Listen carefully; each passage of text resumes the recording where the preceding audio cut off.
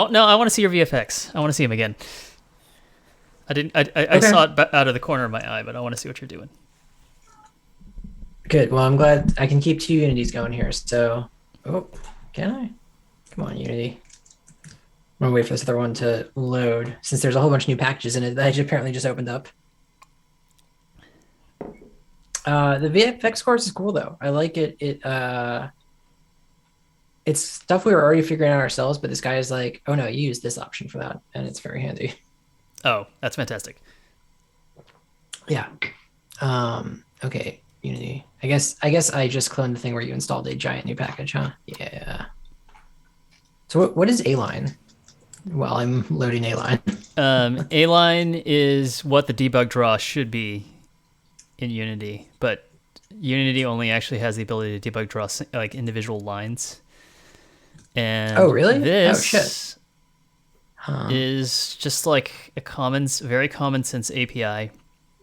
You more or less just, it's kind of immediate mode, so you just call every update frame, like I'm going to draw this line, and it'll draw Nice. it. But Wow. more than just lines, it can do, meshes and that kind of thing. That's really, really cool. Okay, sick. Okay, I'll show you what I'm doing. I give up on Unity. I don't know what it's doing.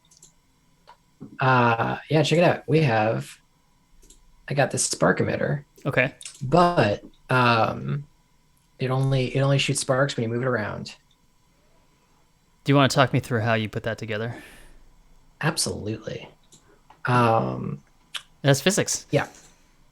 It's physics, and it's like, there's three particle systems going on here. One is sort of one is the focal point of light. One is this sort of shiny, like lens flare thing, and then the sparks are the sparks.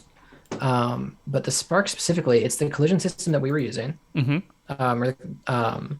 But dampen and bounce have this lovely, like when it hits the ground, it loses some speed and it loses some lifetime. So it really gets the effect of like a physical thing hanging around. If I turn this back to, I guess, bounce to 1 and dampen to 0, I think this is where we were before, where they Wow. kind of just look like bouncy balls. Yeah. Yeah, it's wildly different. Oops, come back beam. Is that Particle bloom system always has I'm to be also playing. seeing? Oh yeah, there's some bloom in here. We'll get to the bloom. Okay. The bloom is fun. What else? Rate over time, rate over distance. Oh, the sparks, right. So emission has a lot of stuff. You can have constant emission, so like always sparking. But you can also just like, this is motion based, so it actually only sparks when the thing is going. So it like emits 30 particles per motion unit. Yeah. Which is a really cool effect. And I think what we, obviously want to be using for like our smoke trails and stuff like that. Another big thing to learn about this, the simulation space, local versus world. Or actually, so sorry, the sparks are simulating world space. If I make them local, it's the thing where they actually move with the emitter. But world space means that the emitter is leaving the sparks behind as we go, which also looks... I think I flipped that switch for the smoke It looks a trails. lot better, yeah. That makes sense. Yeah, you kind of have to, right? Yep. Yeah, so there's some fun stuff in here. And so the bloom is actually a combo of a couple things. Mm-hmm. There is post-processing, but actually, so this particle takes in it has a material that is just this texture. Oh, sorry, I can see the texture. The texture is like a white circle, so kind of hard to see. Yep. If I put it in the alpha channel, that's basically what the particle looks like down there. And so that's attached to this material, which uses this additive particle shader that I wrote. And it has this color it applies that is actually the HDR factor. And this is configurable down here in the particle. So one of the shader properties that you can sort of decide how intense this particular thing is in terms of bloom. Yeah, it's nice. So the HDR, so the bloom is not being controlled by the color value itself. There's a separate property on the vert. That's correct. Okay, yeah, that's yeah. cool. So the sparks actually, here, I'll turn this back to Emission over time. So I prefer that actually. I would rather not have to mess with the Yeah, color. exactly. So the color value is color over lifetime. Yeah. Um, and it's choosing between these two gradients, but like so they're starting bright, going orange. Um, and these are not HDR colors and they have Yeah. nothing to do with it. Yep. They actually get passed to the shader as the vertex color of the particle, Mm-hmm. which is a surprise, but I guess makes sense. Yep. It's a single Works. point. Yeah. Yeah. So to dive into where's my shader at? So have you looked at the shader graph before? This is fun. I mean, I kind of know the concept of it. I haven't used it before, but like it's like It's every it's big great. editor program in the world now worth its salt is going to have a flow programmer. You know. I mean, I was gonna say like I feel like I know the concepts too because it is exactly what we were doing writing shaders by hand, and it's Mm-hmm. super nice. Hmm. So let's see. So yeah, so I defined two external properties: the texture and the HDR color specifically, Yeah. which were the things under the material tab. And then yeah, you take the texture sample, you take the vertex color, you multiply them, you multiply it by the HDR color, and then you extract the alpha channel and run it into the fragment shader as color and alpha. And that's it. It looks really familiar. It looks a lot like these shaders we wrote by hand with vertex and fragment. It's super easy. Okay. I see. It's really interesting the way that this is set up. In that, um, most of the left hand side, like most of your nodes, Hmm? are not like inside of the fragment shader. It's almost like it almost seems Yeah. like you're manipulating. Hang on a second. So the texture sampler, Hmm. how are the UVs Hmm. getting in there? Or is That's a there no great UV at question. all? I'm not sure there's a UV at all for this particular one since I'm in 2D. Well, I don't know. I don't know. Because if it's not a I'm not UV, sure then where. why isn't it just a constant value, right? The point of the texture is that it varies over space. Yeah. So this, I mean, this UV0 is actually a property I did not control or set up. It was like the default on the texture sampler, so I'm not quite sure where it's coming from. Yeah, in That's DirectX, a good like UV question. zero is like what's called a semantic, and you assign a particular property the semantic of UV zero, and then it's a little bit confusing because in OpenGL is not opinionated about like which property Hmm. means what, but DirectX kind of is. Um, but I would have the reason why I was curious is that I would have thought that the vertex shader would have a little line that plugs into the left side of both the texture sampler and the vertex color, right? Because the vertex color is coming from the vertex Yep. shader. Hmm. Yeah, that is a really yeah. It seems to be so like there are a bunch of input nodes here. Yeah, I guess vertex color is just available. I wonder like I probably couldn't. Well, I certainly can't pipe into that. I don't know. That's a really good question. Yeah. Well, I mean, it looks like you have declared like that thing in the left side that says particles additive HDR, which has those two properties as a texture coordinate and a color. Like those clearly are the inputs that Mhm. are going into the two left Yeah, nodes in your graph. And that's right. maybe the way that it dictates that is it's just ambiently available, I guess.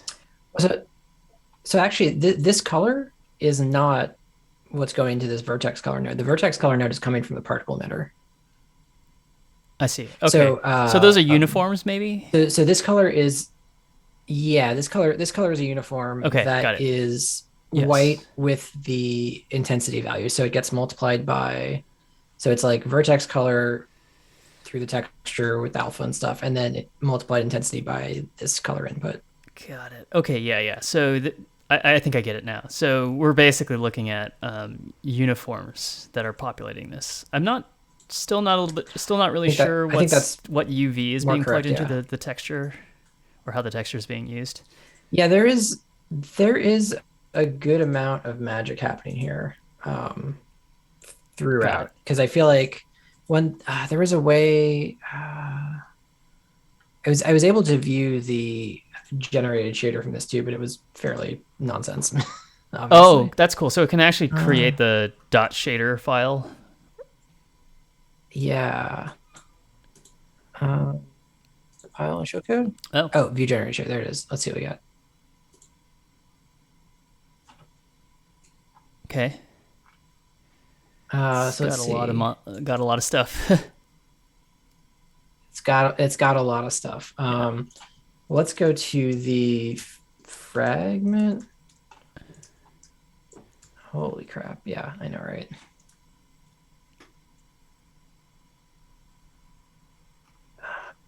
There's usually a function called I'm not even vert. So if you search for vert open parentheses, maybe it's there. Yeah, vert and frag. Mhm. That's how it's defining the entry points. But yeah.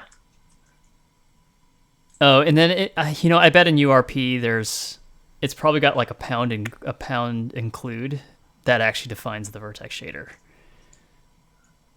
Mm-hmm. If you install the Shader Lab Visual Studio VS Code extension, it's actually local because we had to buy it. Don't install it from there. You have to install it from like the. Don't install free. Okay. Click the little ellipsis in the extensions pane, and then go to install from VSIX, and then in Red Devil actually I think it's under Unity.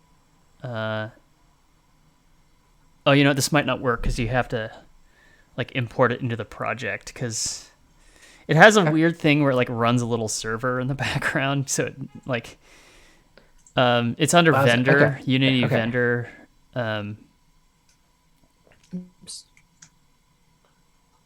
Assets vendor maybe. Even. Okay. VS Code plugin in there.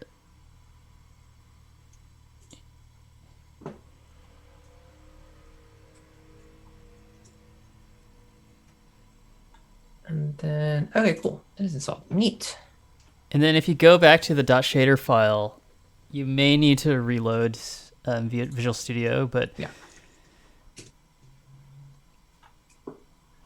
it's Shader Lab down here. Cool. Okay, yeah, cool, you should be able to just like if you right click on the pound include and any pound include, you should be able to just like go into the definition and like look stuff up.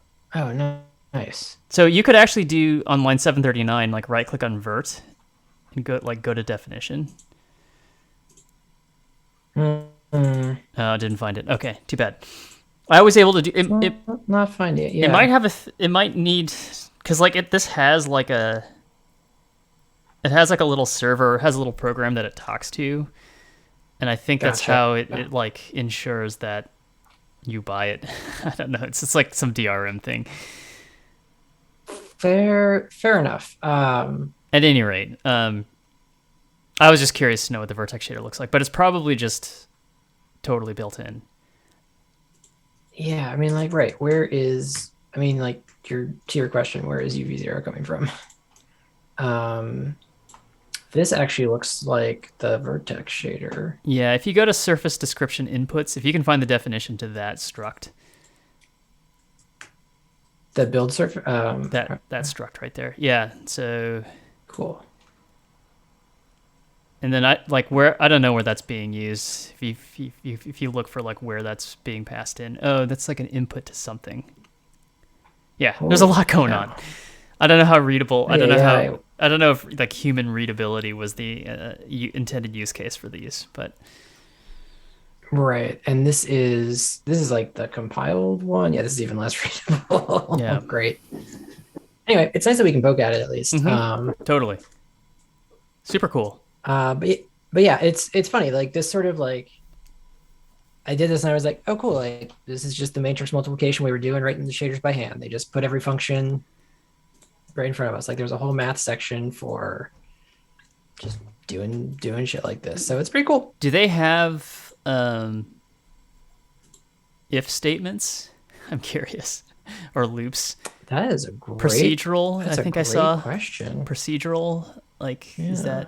Yeah. Oh no, that's procedural generation. It No, doesn't. that's yeah. Maybe utility. Like loop if branch. Wow. Okay.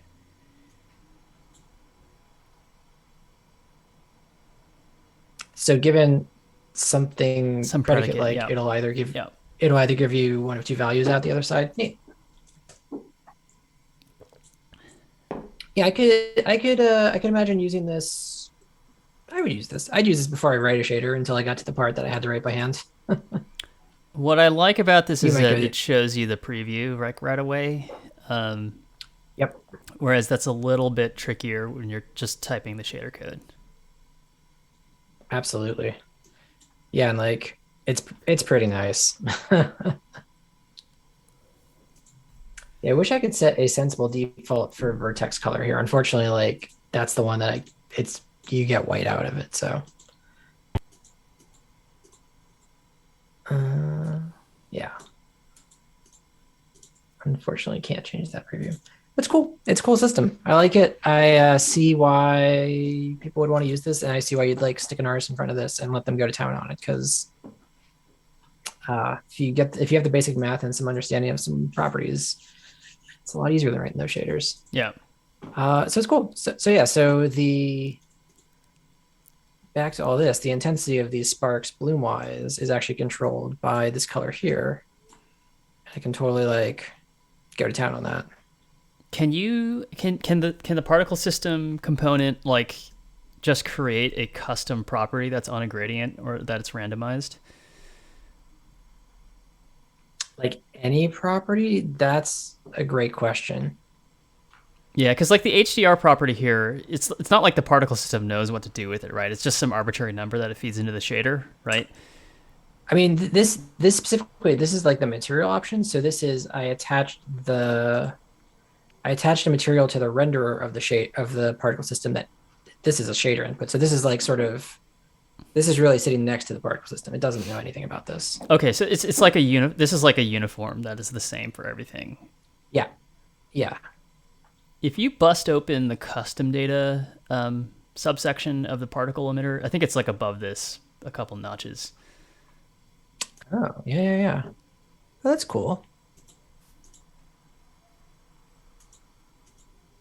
Yeah, I don't really know what to do with this, but oh, you can't define gradients. Okay, so that's cool.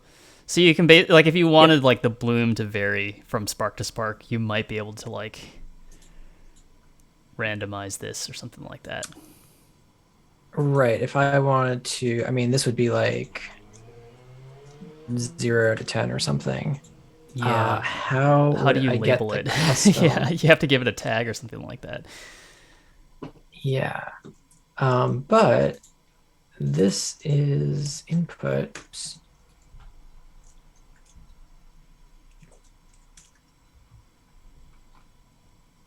Yeah, that is a really good question. Like I can make a float here. What is it? I don't know. I would think that you'd have to do it in the custom data section of the particle system. You have to say like this value equals this property in the shader or something like that. But it doesn't seem like it lets you pick anything. No, not at all. I'm gonna Google that real quick because I am curious. Okay, cool. No, it's a little bit of a rabbit hole. I was just curious because it seems like that would be a cool thing to be able to do. But also, I figured someone else probably had this question. Because if you're writing custom shaders for the particle system, you're going to have custom properties, and you're going to want to be able to tell the particle system to like control those properties, right? Yeah. Accurate text core channel. What? That's really cool. Okay. The particle system renderer inspector will tell you which channels are being used. What the fuck?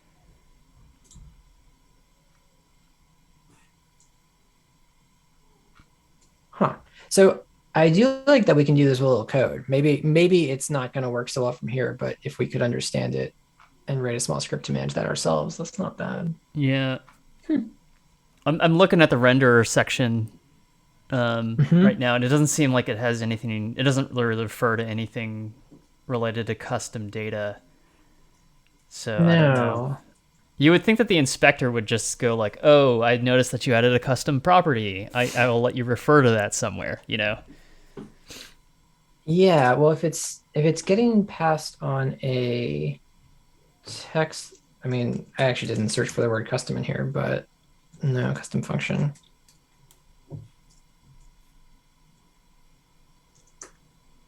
Huh. Yeah, I don't think the shader is going to know about custom data in the particle system. It's kind of the other way around, Nope. where like the particle system knows what shader it's using, and based on what properties the shader is looking for, it'll let you plug stuff into that socket, basically. Gotcha. Yeah, I guess I wonder if I wonder if like if I defined an input, would it figure it out? But that's a big question. Okay. Yeah, Yeah. It's nice that it sounds like this is possible. it is I possible. Yeah, probably I won't think we figure it just out need to today. like kind Yeah. of dig in a little bit deeper. Yeah. Yeah. I like that this is a thing that it seems like a question that Like people ask immediately. maybe actually on the vertex shader, are you able to add per vertex properties through this interface? Like, can you add more than just those three things? Oh. Doesn't look like it. Yeah, I don't think so. Because like you can have more properties on a vertex, right? You can have color. Remember Mhm. our like when we did the Steve shader, we added that edge on property as well. Yeah, that's a really And good point. generally, texture It's coordinates are like another property on the vertex. But mhm. yeah, there must be some other interface for that. Yeah. Anyways, that's You cool. know, yeah. And it's cool. We have a lot to learn. It's gonna be like learning a whole other shader language again. Hmm.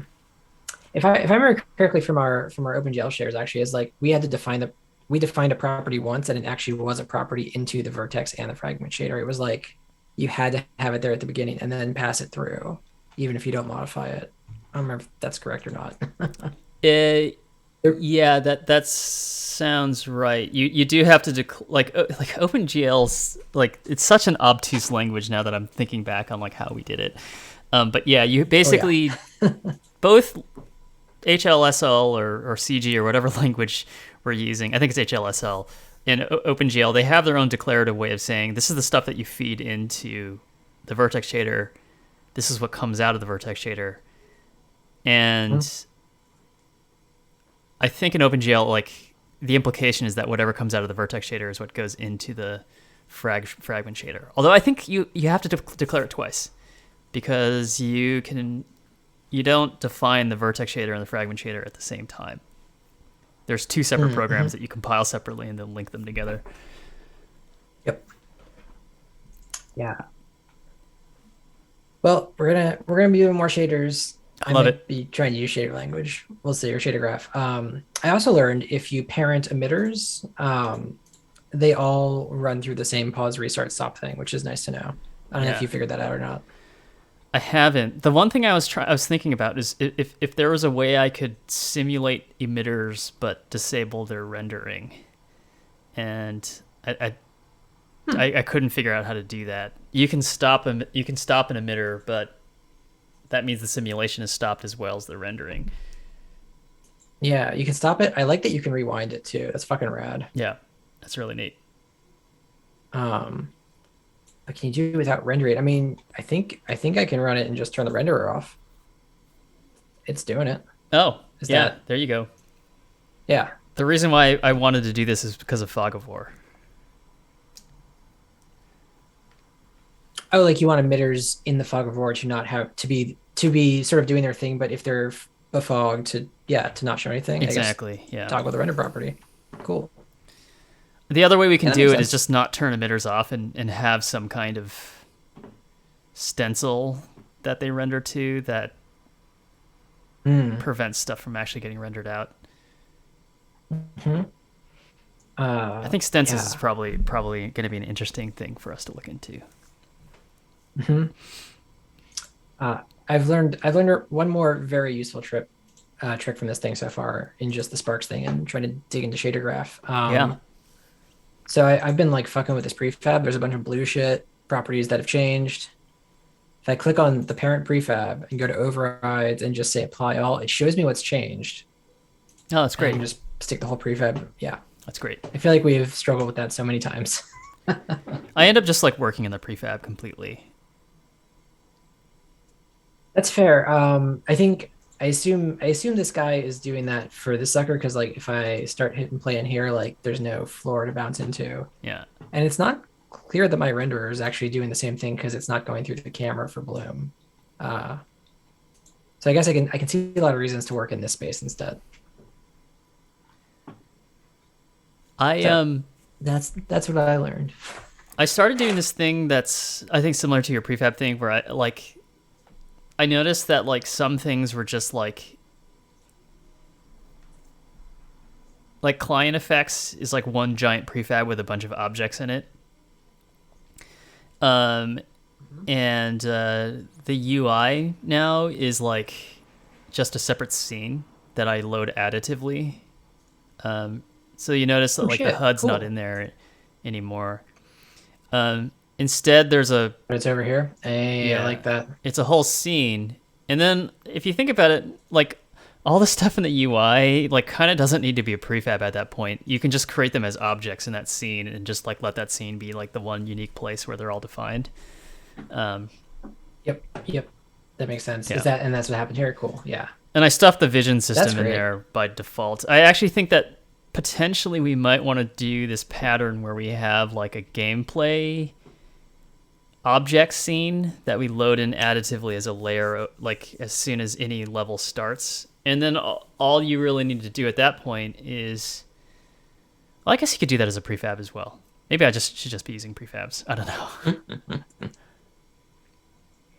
Okay, so wait, so I'm not supposed to hit this play button anymore, right? If you hit that play button, nothing will happen. Okay. But if you hit the one on the bottom, that's basically what the old thing did. The only problem is it changes the scene to the gameplay init scene, which I haven't figured out how to get around. But yeah. Gotcha. Oh, man. That's so cool. Wow, there's some stuff going on here. Yeah.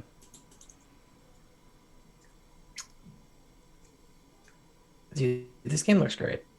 So tell me about this vision circle. Also, Yes. we just started talking shop immediately. Yeah, no, that's fine. So the vision system, what we're visualizing right now is, I'm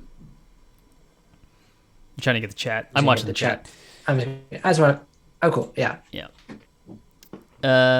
So what's being visualized right now with a little bit of an offset, because the cyan colors are like one unit off the ground, so they're like. So the projection is going to give us a little bit of a weird effect. But the way this works is that anything that provides you with visibility into the world has a vision component on it. Mm-hmm. And the vision component has one property, which is the radius. And right now, everybody's radius is exactly the same. It's like 10 units or 10 tiles or something like that. Tiles and units are kind of the same thing in our game because we haven't, like, every tile is like one unit, right? Yeah. So that's the basic rule set, pretty easy to understand. It's not doing anything yet, right? So nothing actually uses the vision state, but this tells you like which tiles are within your cumulative vision and which ones aren't. And so anything that's like got the cyan overlay over it is like a tile that you can't see. Theoretically. Nice. So what we could do is like for anything that participates in the Fog of War system, we can add a visibility component, which is the counterpart to the vision component. And the visibility component like selectively turns the renderer on and off based on the state that's being visualized right now. Right? Cool. Yeah. So the system that's currently implemented, I intended just for use for purely from a logical perspective, and then we can figure out how to consume that logic. This is actually a very, very similar problem to physics collision, right? You're just trying to like define a bunch of volumes in your space, areas or volumes in your space, and depending on whether or not a particular object is inside a volume or not, we're going to do something. In a collision system, we're saying we're going to try to resolve a collision or trigger an event. But in this case, we're just like turning rendering on or off, right? So the simplistic way of doing that is what you do is you say for every game object that has vision, I want you to do like an iteration over every object in the scene and see if those objects are within the radius, and if so, turn on the mesh. If not, turn off the mesh. That is your classic n squared algorithm, right? Like, let's compare everything to everything else, or at least let's compare everything that can see to everything that can be rendered, right? Yep. So that would actually be fine, and like we could figure out a way of doing that. The problem is I was already worried about like efficiency, even in the scene that's like this small. If you remember, like our turrets did something similar like that in Manchester, and that was like already really slow with the number of objects that we had. Yeah. So what's going on here is a little bit different, where essentially the world is subdivided. We basically have a kind of spatial index here. So the world is subdivided into like a grid of essentially one tile cells. And the size of those cells is arbitrary, but like I thought higher resolution was better. So basically I made each cell one tile. And the way this works is that every object that has a vision component on it, and it's only going to be like people on your team, right? So it's only going to be objects on your team that also have a vision component. Basically, each time they move, I tell the vision system, hey, this is my position in my radius. Look at this. Yeah. I tell the vision system, hey, this is my position in my radius. And what the vision system does is says, okay, what I'm going to do is I'm going to figure out like which tiles that radius is over, and I'm going to increment a ref count for that cell, for every one of those cells, right? So you have a some data structure that represents the entire map grid. The entire map grid, and it's just basically a bunch of integers, one for every cell. Okay. And for you could say that every frame, like every object with a vision, every object with a vision component on it, basically registers itself with the vision system and says, hey, this is my position in my radius. Do something. And what the vision system actually does with that is it goes in and basically increments a ref count for every cell that radius, that area kind of like sits over. And that way we can deal with overlaps, right? Because like there's a problem when you have kind of like two things with vision that are like coinciding with each other. And then what happens is when you do that, when you register with the vision system also hands you a ticket back. And that ticket is basically a marker for that region.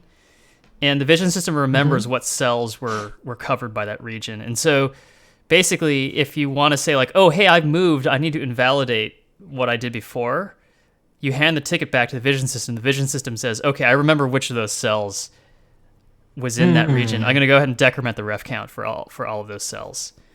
And essentially, oh, that's cool. So no, go ahead. I love it. This is great. Yeah. So essentially, if as long as the ref count for a particular cell is greater than 0, then you know that cell is visible to that team, right? And the reason why I did this whole ticketing system is because I just wanted to like reduce the amount of computation that was required to calculate this thing. So it only updates when things are moving, basically. If things are static, they're not moving, then it's not adjusting the ref count at all. Because the other way we could do this is we could clear the entire visibility grid every frame and have everything with with vision on it, like essentially re-register itself every frame. Right, but in fact, like these turrets don't ever need, like, this part of my visibility map is never recalculated. They're static. That's exactly right. Yeah. Really, really nice. Yeah. Does it if I move like half a frame, I guess this movement is actually pretty granular. There we go. Like if I'm on the same tile, it basically registers as not moving, right?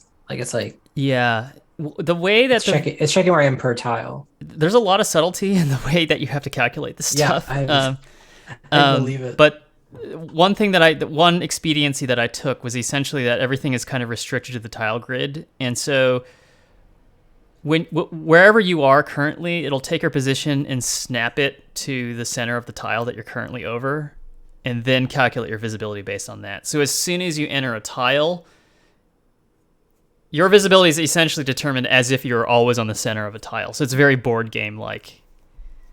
Cool. Okay. I think that there might be ways of us doing this a little bit more, a little bit more granular. Like we could use actual circles rather than tiles like this.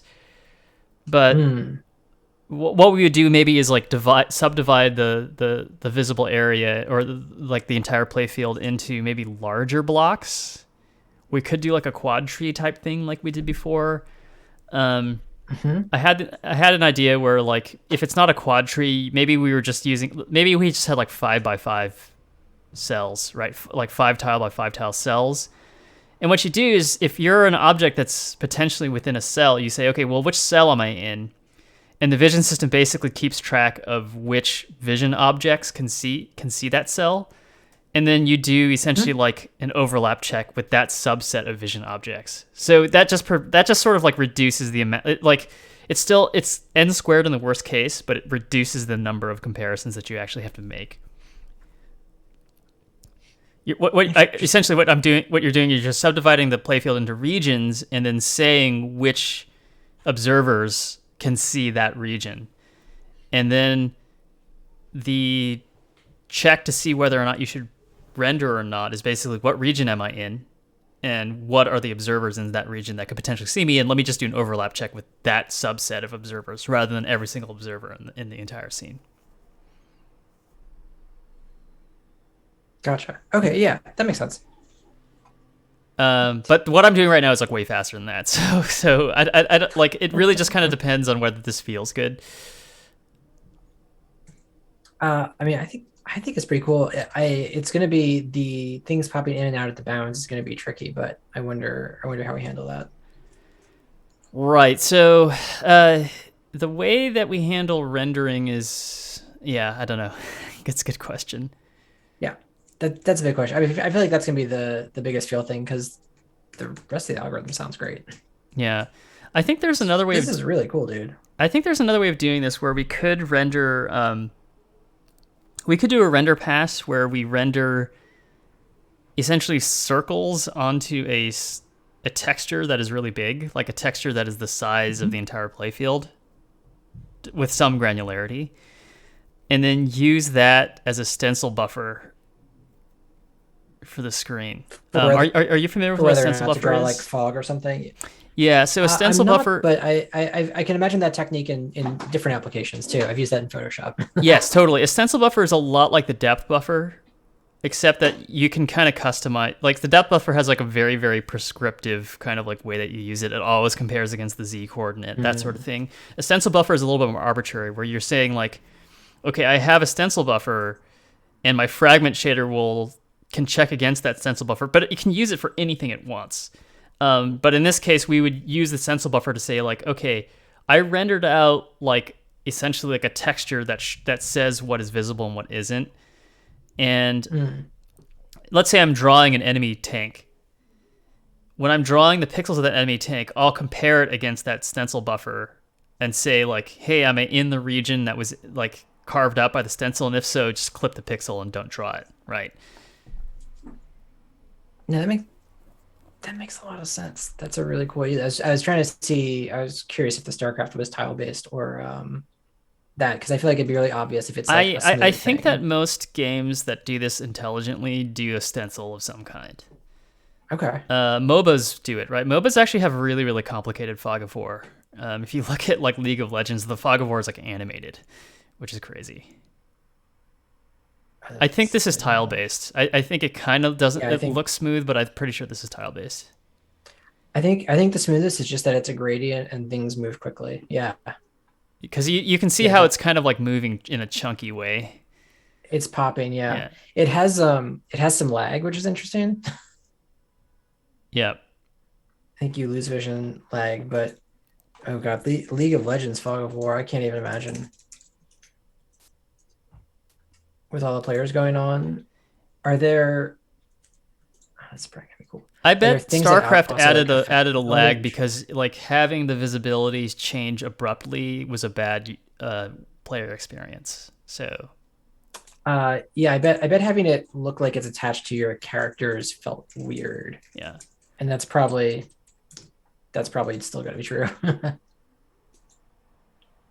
yeah. The lag will be interesting because then like the decrements will have to be like anytime you decrement something, you'll have to like enqueue a decrement for it to be processed later on.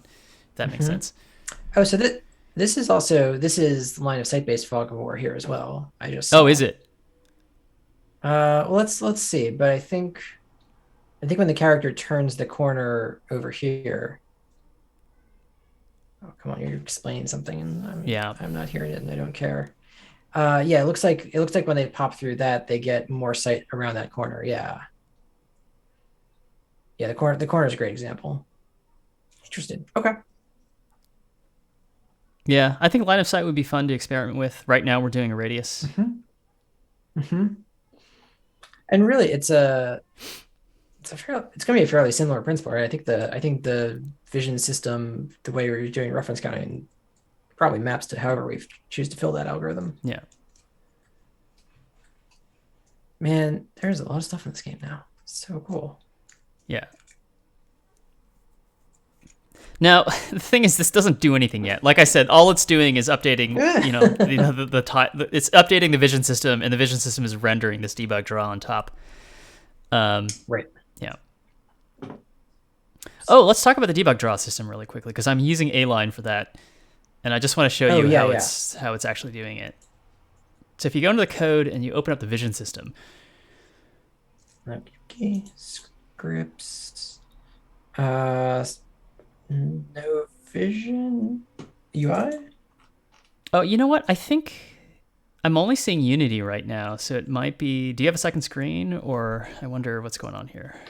Oh no, I was just Oh, looking okay. for where the script was. Management. There we go. Okay. Yeah. I only open Visual Studio by double clicking the file in Unity because otherwise I feel like I don't always get code completion right, and I don't know why.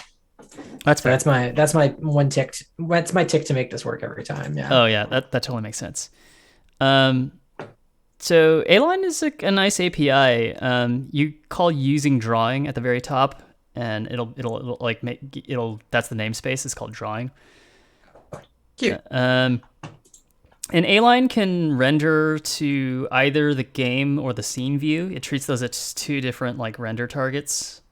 So you'll notice that in this debug draw non-visible function, I'm using draw.ingame. There's also draw. You could do this draw.with color. Yeah, so it has like you draw.with color directly or draw.anything directly would just draw into the scene view, and it also works in the editor as well, Okay. which is actually kind of mysterious to me. Um, It works over here. Wait. yeah, so if you do like a draw, if you do like a draw in the update of that of the vision system, Mm-hmm. like just do like draw dot circle or sphere. Is there a sphere? Wire Yeah. sphere outline, yeah, and then do transform dot position, and then do a radius of like zero point 0.5 or yeah, 10 is fine. It'll be big, but whatever. I think it'll just show up in the editor in the scene view What? without the game running. Oh, oh, it's not going to because the add that to like the update of a turret or something like that because like this Okay. object isn't instantiated in the editor yet. Oh, that makes sense. Yeah, it's like a manager somewhere else. Yeah.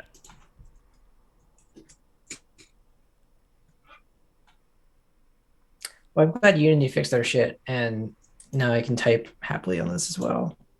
Huh. Oh, it's Okay. not drawing. Okay, that makes me feel a lot better. I thought it was actually going to draw the circle, in this view, which made me feel weird because I didn't think that the update function was being called while the editor was running. Right? Like it's a little bit strange. Yeah, that would be that'd be weird, Yeah, but switch over to the scene view now. I th right, because now, Yeah, you'll okie have doke, spheres. Yeah. indeed, cool, cool. That is okay, interesting. So your other code is draw in game. Yeah. This is the cyan map, right? Yep. It's visible in the scene view when the game is paused. So It must be if you do in game, it also adds it to the scene as well. I think that's probably the case. okay. So it's seen all the time. Game view if it's drawn game. Correct. Nice.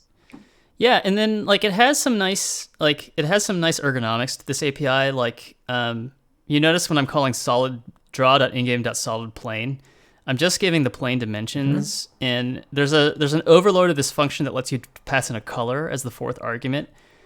But Cool. you can basically, like, if you wanted like a bunch of things to be in the same color, you use like a using block, which is similar to the Python. I don't know what is Python. I think Python calls it using as well. The idea is that you basically declare a variable that goes out of scope when that block ends. And I've seen this before, but I don't know where. Yeah.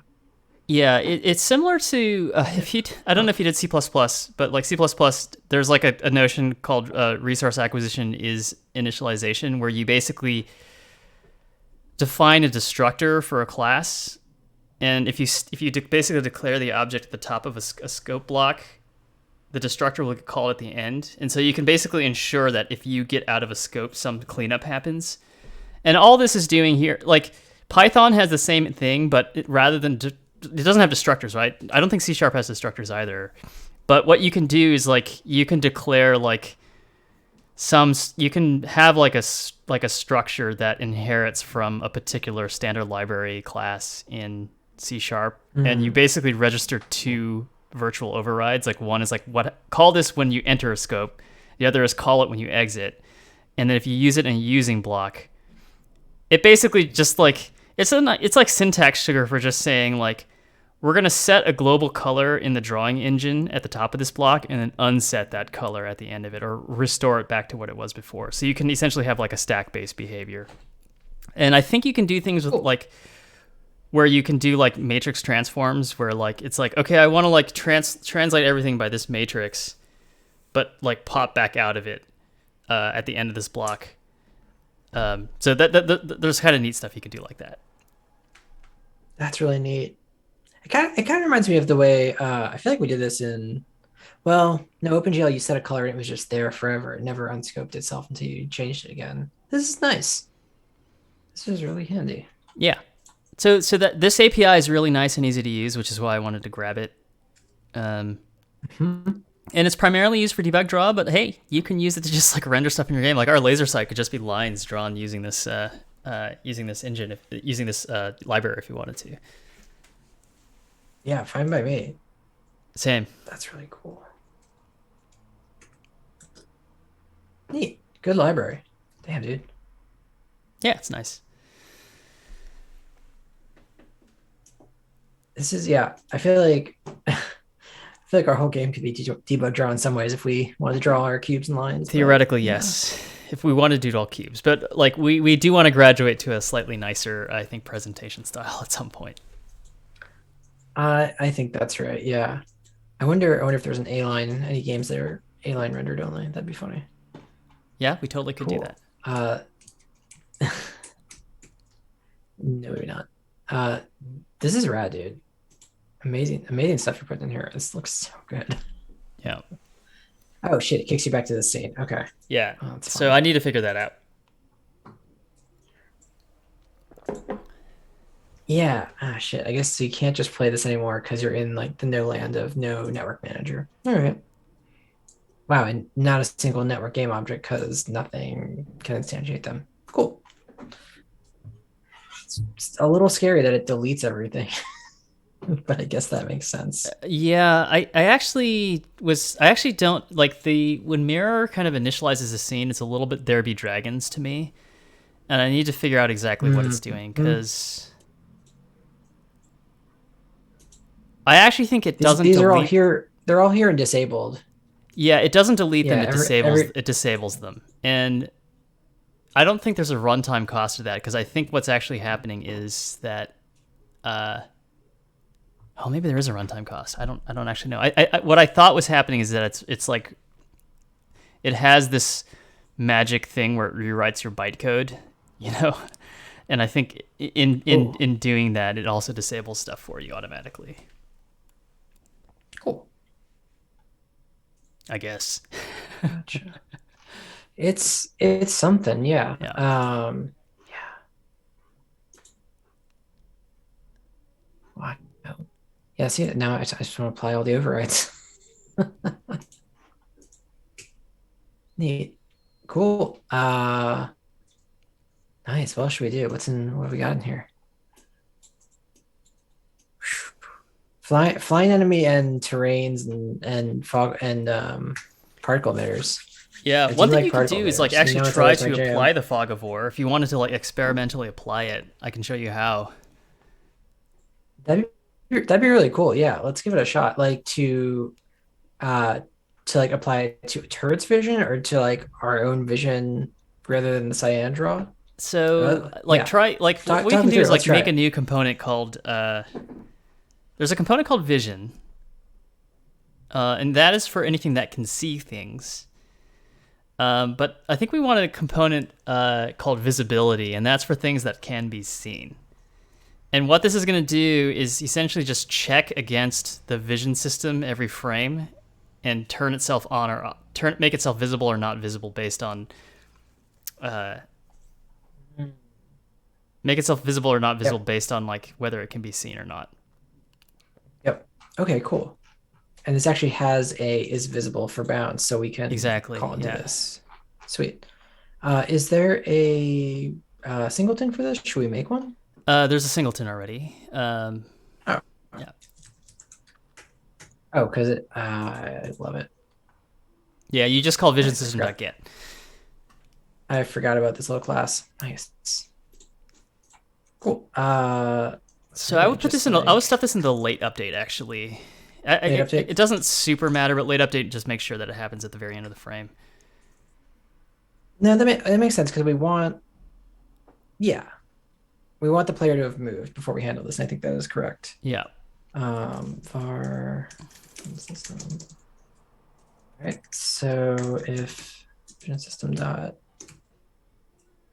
is visible, and then is bounds our concept or So the Unity bounds will concept? come from one of two places. Can you search the project for character controller, that string?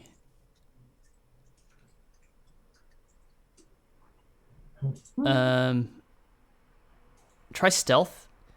This pattern is the one that you want, where it can either be the character controller or it can be the collider. Go ahead and just from lines 32 to 39.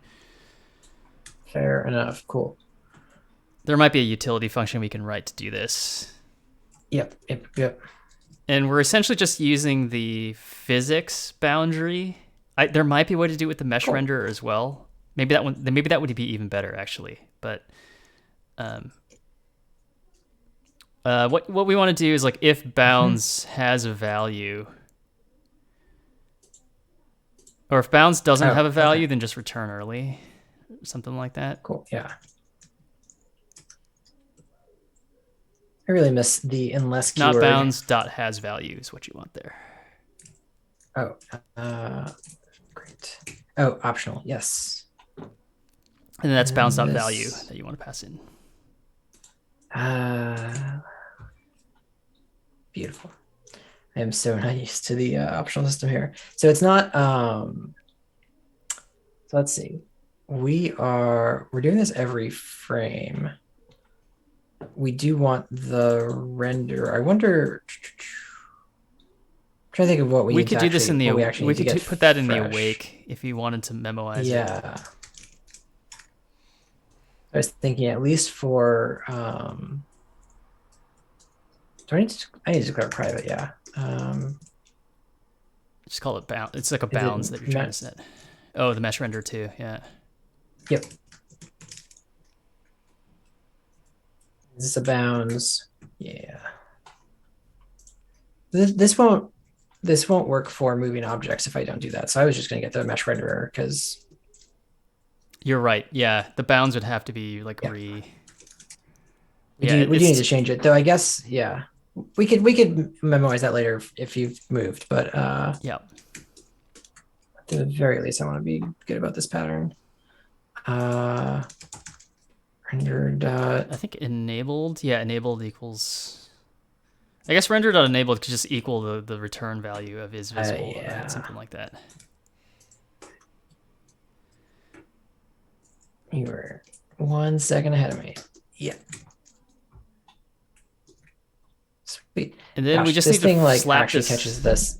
We just have to slap this onto. I think it's going to ask you to make that read only or something like that. Oh, there's actually already a renderer. That's cool. So I don't even need to do this? Delightful. I think. Huh. Okay. We can silence that warning, actually. Can you hover over it real quick? Oh, yeah, totally. Oh, it hides it. So let's just call it underscore render or something like that. Yeah, that makes sense.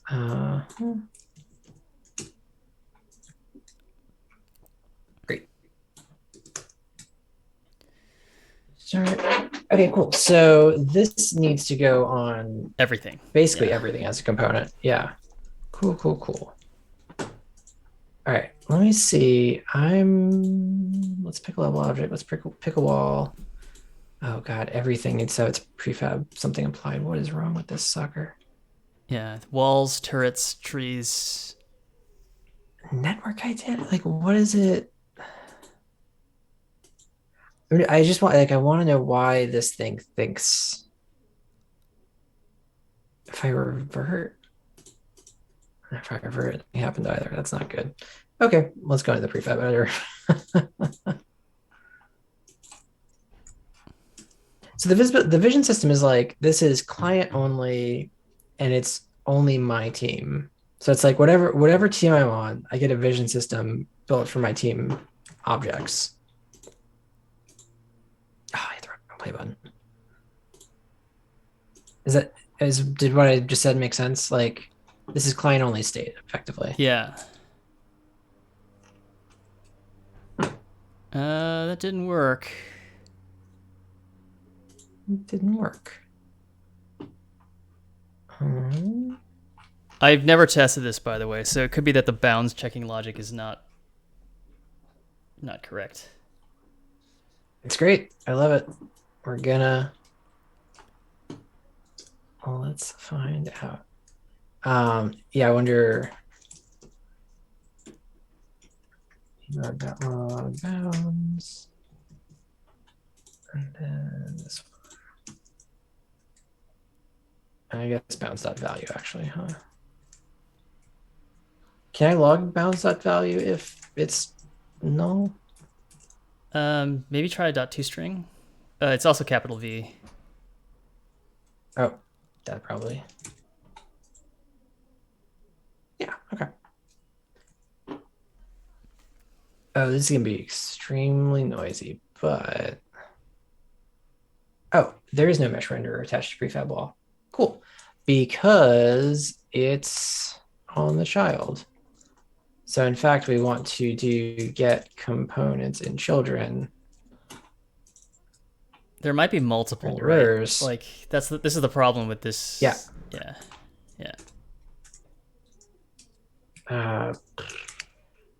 For each, yeah.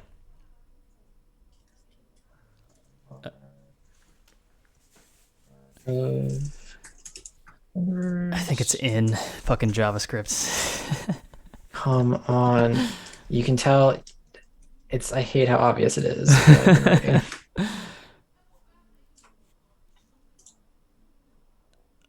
Renders does not exist. Oh, okay, yeah, that's fair. Renderers. And then it's going to be get components in children. There's this one letter that you're missing. Oh, thank you. Underscore. No, I took that out because we're not shadowing anything anymore. Got it. Yeah. You just need to change the type into a list of that. Or is it an array? Okay, that's cool. Nice. Is it like, what is the right thing for me to use in C#? Are primitive arrays bad and I should be using like the list type? I think primitive arrays are fine. I didn't actually even know you could just do regular arrays like that. If you don't think you're ever going to extend it, then this is fine. Okay, that makes sense. It's I have a very simple memory data structure versus something that I can like lengthen and do the mem copy. Nice. Yep. Them some walls. Cool. All right, turrets and everything else. Oh wait, let me take out the debug log out of here. You do not need that. Oh hey, and because this is recursive, it may be good to check, like this is something we can do later, but I'm just calling out that like maybe what we want to do is like have a Boolean that's saying like am I visible or not, and then only call the for each loop if it changes, something like that, or like that makes sense. Or actually we would name it like prev is visible or something like that, like was I, like just so that it's like very clear that it's from the previous frame. I guess I could also do if is visible not equal to this.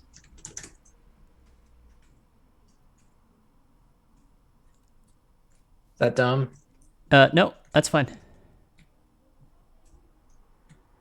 Let me do it on the change with whatever this value was. And then we might have to do something clever about the first frame. Because the first frame we don't know, right? We don't know if false is actually correct. I don't know if false is... Oh, and all the renderers are off. They're on by default, yeah.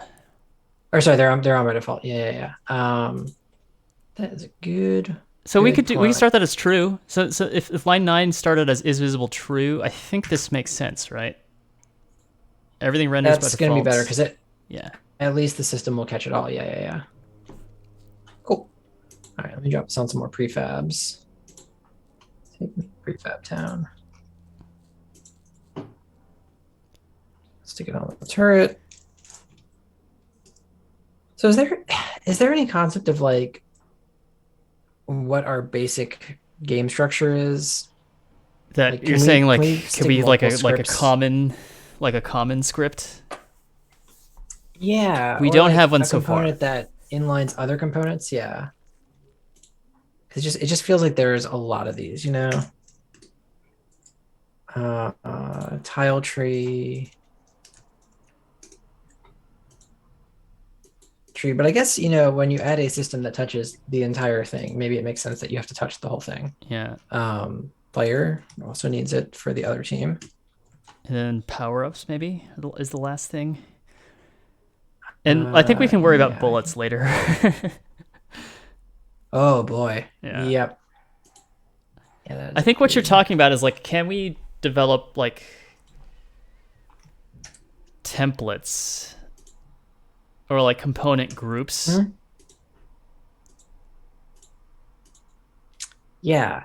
I mean, would it be like we would make a prefab that we would just nest under an object that is like our visible game object prefab? Seems a little weird. It would be cool, but the only problem is like the prefab isn't at the top level of the object, and therefore like it's not aware of anything else in the hierarchy unless it goes up one level and then down. Okay. I wish I knew I had a good answer for you. Yeah. Well, game's looking a little blank.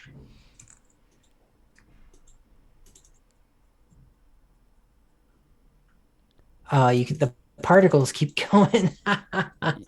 Yeah, the particle emitters is actually a thing I didn't know how to handle very well. So yeah, That is a problem. Cool. Wait, mm, so that is, are they attached to the standard shell? Does it have an emitter? the It emitters does. probably yeah the emitters are child objects. So theoretically, you could. The problem is like we don't like the particle itself could be in view, but the emitter might not be, and so it's a little bit tricky to figure out like what to do in this case. Do you see what I'm saying? Yes, I This do. is a situation where maybe It's using a interesting because stencil for visibility is probably going to be the long-term solution. that would also require us not to put this on every component necessarily, but yeah. Yeah. Good point. Yeah, there is a way. Well, right. I can't turn off the entire particle renderer. Okay, I'll leave this one alone for now. This kind of You can delivers see the explosions through the fog. the impression, right? Like it like we get the point even if it's not even if it's not Absolutely. awesome, right? I mean, this is pretty awesome. I think it's really cool. Yeah. Can I hit this button from the prefab? You can hit it from anywhere. Yeah. Okay, Maybe that's actually worth that's it. a win. I was gonna say I was feeling a little grumpy about that, but that is cool. Well, I We'll want give to it fix that. it no matter what because I think that you should stay in the scene that you were in before, or else it's going to be iteration's going to be a pain in the ass. Yeah, that's fair. Is it smooth on your end, by the way? It's a little chunky coming over Zoom, but The graphics or the gameplay? just the gameplay in general. The gameplay is pretty darn smooth. Okay, Yeah. good, good. I'm glad that this Uh, hasn't made anything significantly slower. no, no, no, no. I can't notice it here. We can get some stats going on over here. It's 60.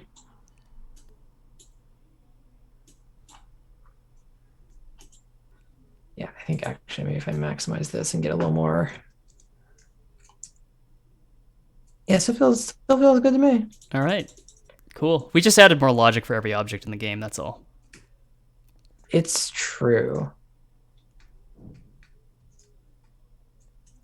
Yeah, it feels good. It's sometimes hard to tell if it's our rendering is a little funky or not, but I think this is great.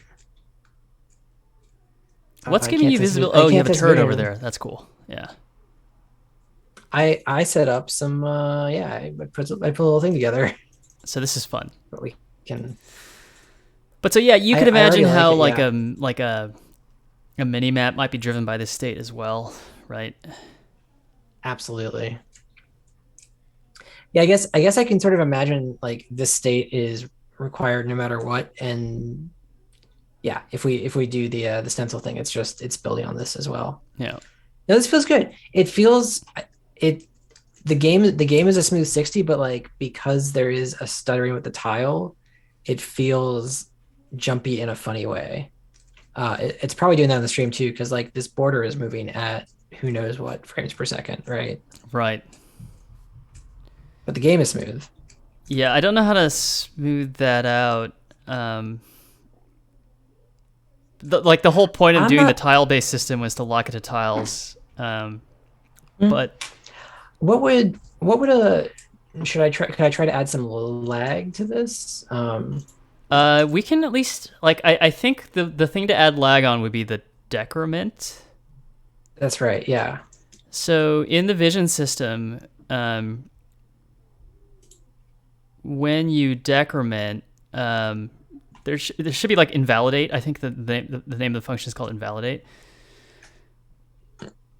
Mm-hmm. So here, I think maybe what we do is we in queue, like we like rather than like immediately invalidating, we stick it onto a list of regions to invalidate, or maybe we create another function called like delay invalidate region or something like that. And Okay. then we stick it in a list that gets processed in an update somewhere, right? That makes sense. Yeah.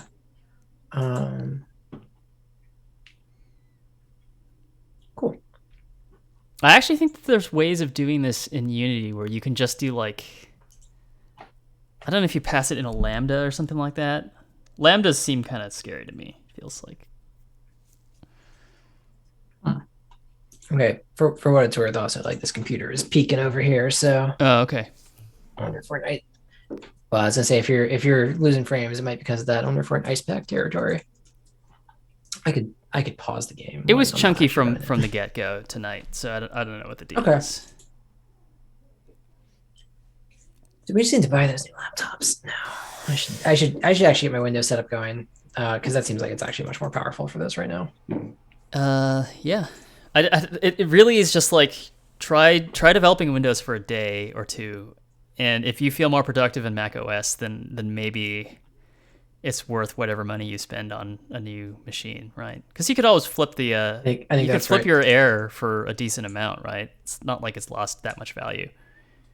No, I think it's worth quite a bit. Yeah. Yes, indeed. Oh, you got to do coroutine. I'm scared of starting a coroutine in this. Is that? It's just too heavy. Is this the thing that we actually would? It's just kind of heavyweight. We could do it, but it's dumb. Like, we just have to make our own little list with timing on it, right? Like we basically make a little. I think that makes sense. Yeah. Like it'll be right. It'll be a private read only. I mean, it's basically gonna be the same thing, right? What I would do is I'd make this like a list. Oh, it's just a list of region IDs, which is int. There's a couple ways to do this. Okay.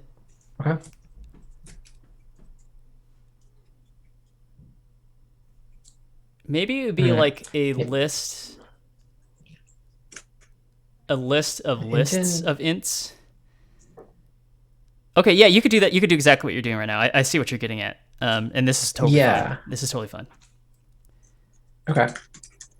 Yeah, I was thinking it's region ID and like the frame. Do we have a constant frame number thing that we can point at and be like, this is 60 frames from now or something?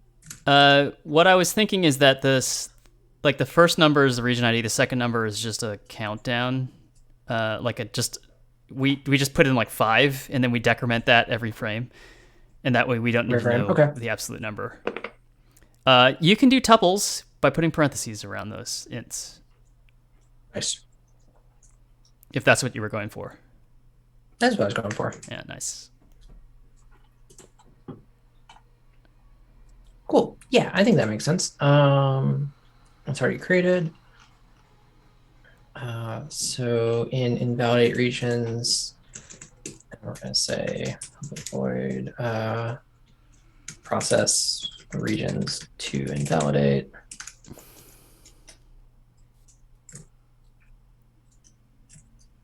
This is going to be dot add region ID and I mean this is called once per frame. Yeah, 30 is probably right. Half a second. Yeah. Cool. So then we will go, is it region 2 or regions 2? Okay. So we'll go regions 2 delete. There's no dot each, is there? I got it. Or our region ID frame. Actually, I want, what I want to do is remove every item in the list and reprocess it or and re-add it with a different number, right? Because I can't just replace. Can I replace? Yeah, I see what you're saying. Yeah, we could make another list and just say like new or next. Yeah, something like that. Yeah, that's right. Equals new list. Int. This is no longer read only. Yep, not read only. Exactly. Great. And then you can put var in front of that, and that'll get rid of the error. Oh, thank you. Yeah. And for each, it's gonna kill you. For each, it really is. It doesn't seem like it was necessary, but whatever. It's fine. region ID frames to go. And beautiful. All right. Oh, man. I guess I can just do frames to go minus minus. It's not gonna let me do that, is it? Let's just delete that add and region ID. I wonder why it's complaining about minus minus. It seems like it should be fine. Yeah, it's because it's an iteration variable, I guess. Fine. Bastard. I didn't know you couldn't reassign those. I know. I could see why they do that. Maybe. I mean, it certainly removes some questions, and that's nice of them. So let's see. So we get our region ID. We do the same thing. And is there a reason we're assigning this here? I don't know where that came from, honestly. Okay. Cool.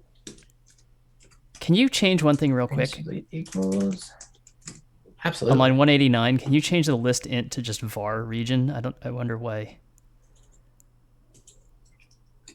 Yeah, that shouldn't be necessary. Yeah. Yep. Cool. Okay. Well, if this works, then we just need to call that from the update now. Second delete. Oh, sure do. I don't think the update even exists.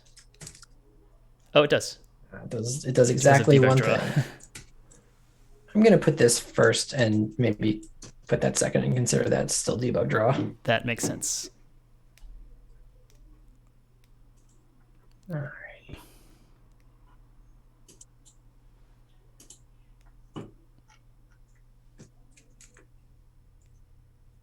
That actually feels quite nice. Yeah. Yeah, feels better. It does. I would in fact, I'd make this even longer. Okay. I'm going to make this a constant actually. Have you been doing constants inside your class or outside your class? I do it inside so that it can be tuned. I make it usually make it like a public static. Okay. I don't know if it matters that it's tunable like from the editor. I guess it doesn't really matter. So, int frames.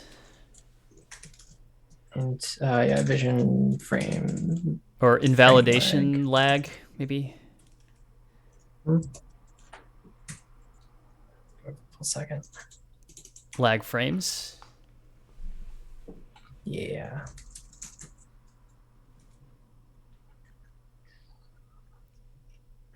And remove the magic number there anyway.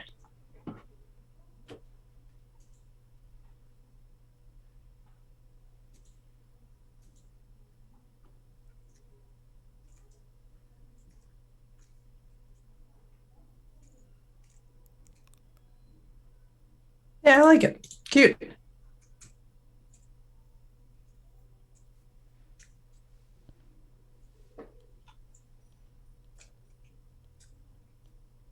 Cool. Yeah, it feels a little more dynamic, and a lot less like it's tied to my character. It's more globular and pleasant. That's nice.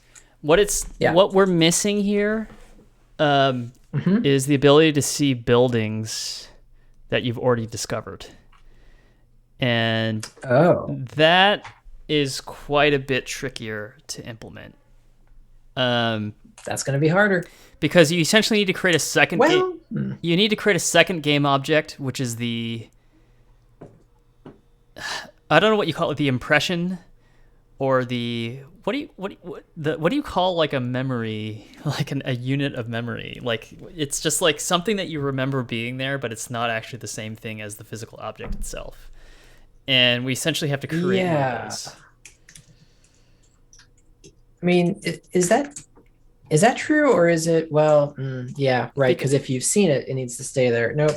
If you've seen it, It's it not needs the to live stay there. And object. You're right. also, if it gets destroyed and you didn't see the destruction, it still needs to be there, right? I think that's the really tricky thing. Yep. That's really hard. Okay. Hmm. That's funny. Okay. I guess that I can see that mapping nicely into the regions though. Well, maybe. Is there a structure that contains the whole map here? Maybe not. Are you saying do we have like a source of truth that is like a grid that basically tells you where everything is? Yeah, I don't think we do. Yeah. That's okay. I think what you're getting into is essentially rewriting the game engine so that it doesn't use game objects, which I honestly like. The more I do this, I get why Unity's great if you have like this blank canvas that you just want to make a game in really quickly, but like we clearly know what we want, and like or we're starting to get a sense of what we want, and we're starting to say like, oh, okay, this game object construct, maybe we fight against it a little bit because like I'd rather have the source of truth just be a grid somewhere, right? Mm-hmm. Well, also I was thinking like the ghost buildings are not truth though. They're local client state too. It's like there's like a map notion that's missing. Oh, I see. Like So what you're saying is want a like tile grid. what we could do is just have like a grid of ghosts, and Mm-hmm. if the ghost and all it is just like an ID to a mesh somewhere, right? Something like that. Yep. I mean, there are some properties that it needs to know, like what team it was on, like did it have a particular color? Mm-hmm. We could we clone a game object into that to be like, this is what we saw? Is that even possible? We totally could. In fact, I was thinking that the ghost would have a pointer to its original, right? Like every time you discover something, you create a ghost and turn it off. Mm-hmm. And maybe there's a bidirectional pointing between the ghost and the original. And when the original dies, it invalidates the pointer to itself in the ghost. So the ghost is still there. And once the ghost becomes visible, if it realizes that its pointer to the original was invalidated, then the ghost will also destroy itself, right? So it doesn't get rendered again. Something like that. Yep. So that means that every like okay. physical object, maybe in the visibility component, like we have to have a Boolean that says, are you gonna enable ghosting? Like has ghost, right? Generates ghosts, yeah. Exactly. And then the awake, right? Because like not for bullets, not for players, not for units, right? But turrets and walls and trees, yeah. Okay. Yeah. I think that makes sense. Yeah, maybe it's not as hard as I thought it was going to be. Somehow, like in my head, it was like going to be kind of a pain in the ass, but like this actually doesn't seem too bad. Well, the thing I do, I mean, the thing I like about the game object system so far is that you can throw a lot of shit at it, and Unity seems to be pretty good at cleaning up your mess. Yeah. So like if you like if you need to duplicate every game object in the game, Unity's just like, okay, sure, we can do that for you, which was not so easy in our own system. So, how's it going, Ada? You're not coming in at the end. We still have another half hour, so we're implementing Fog of War in the game currently. But thank you for coming. My chat. It's good to see you. Hello. All this just like in type hello.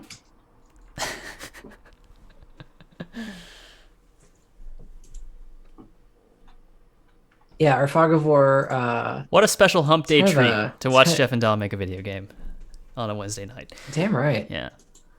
You know, I if we were on Thursday, we'd be competing with football. That can't happen. Oh yeah. Can't happen. No.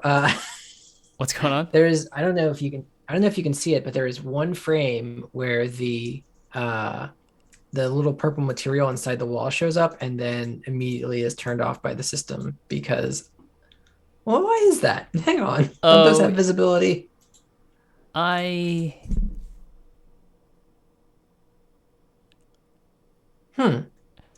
Maybe it's not. I don't know.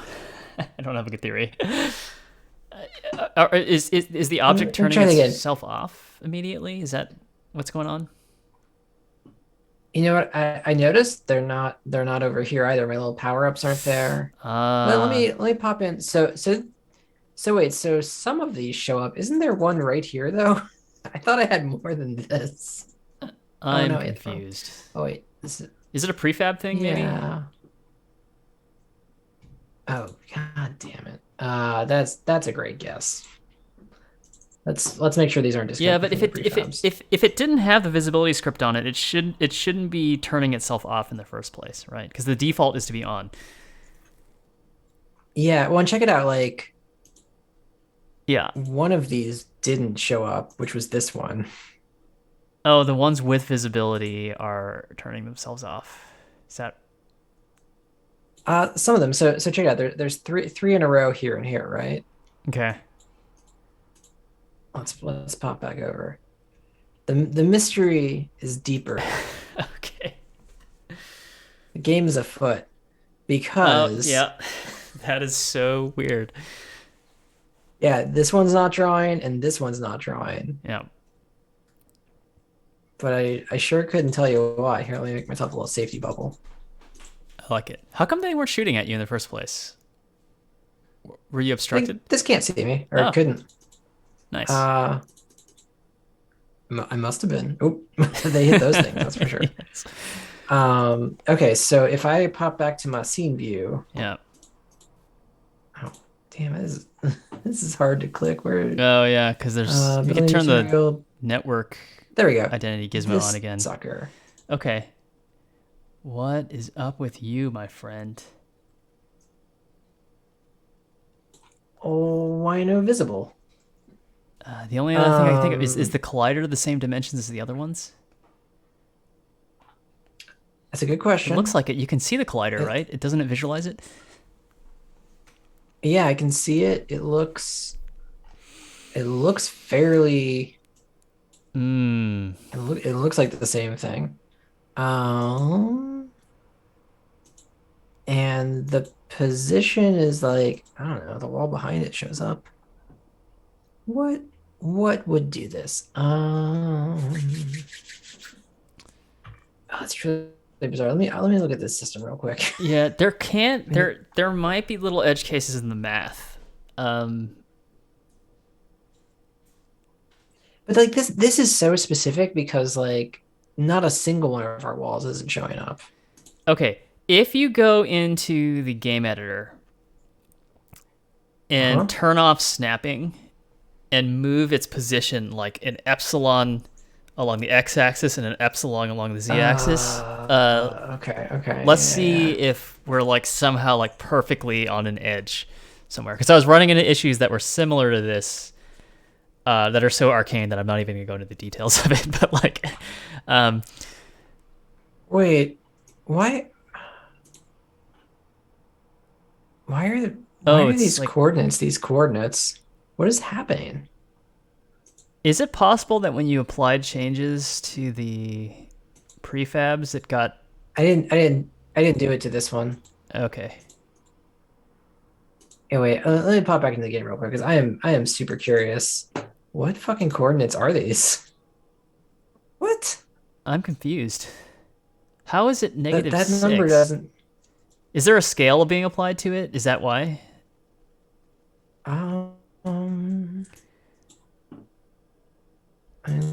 Let's peek in here. This thing is scaled down by a quarter, but what's the top? Did our whole map get moved down 9 units? Oh no.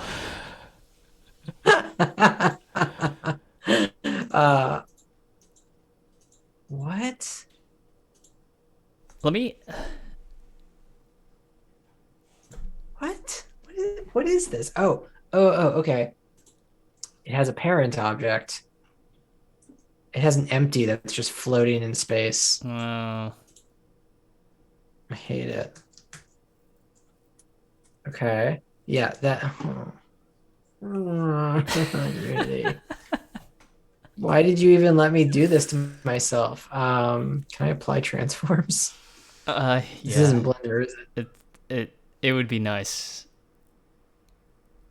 Okay, well, I'm going to fix this very quickly. It still is a mystery because like it's not like that one is any different than any of the others, right? I totally agree. Oh, is it y is zero? Yeah, there we go. Okay, and now let's just slide them back into a reasonable place. Beautiful. Beautiful. Is this going to be true of all of our... Okay, level objects was done in a Whew. reasonable way. Forest, I got some questions, but at least it's on the Y0 plane. And managers are where they should be in the sky. Okay. Okay. Yeah. Fuck. Wrong scene. Ugh. I'll fix it. Got a bug. No. I like that it is working. Same objects. Same objects. Very interesting. Okay, well let's I mean, even simpler is like this sucker. Like none of these show up either. Their elevation for what it's worth shouldn't matter at all because the bounds checker explicitly ignores the y-axis. At least if I recall Nice. correctly. I did all of that and I did it in the game mode and didn't do it to these.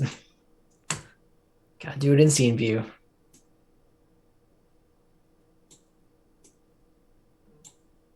Okay, well, we're back, baby. Weird. Oh man. So what? All right, hang on. What does this thing have? The core has mesh renderer children. That's all we're getting, right? And we're just enabling it. I was wondering if like some of these have a renderer on the parent that we're skipping. Sure. Um, But I guess also, oh yeah, so what were you gonna say? these are varying from the prefab because they're just translated. Is that the reason why they had the little blue?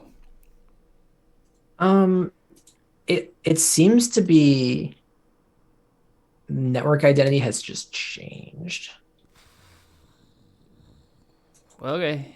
and I can't even apply it. So this seems like some mirror nonsense. Okay. Yeah. Whoa, Whatever. I'll let it be. I, Um, I think I just crashed Unity. Oh no. did you say that Unity crashed?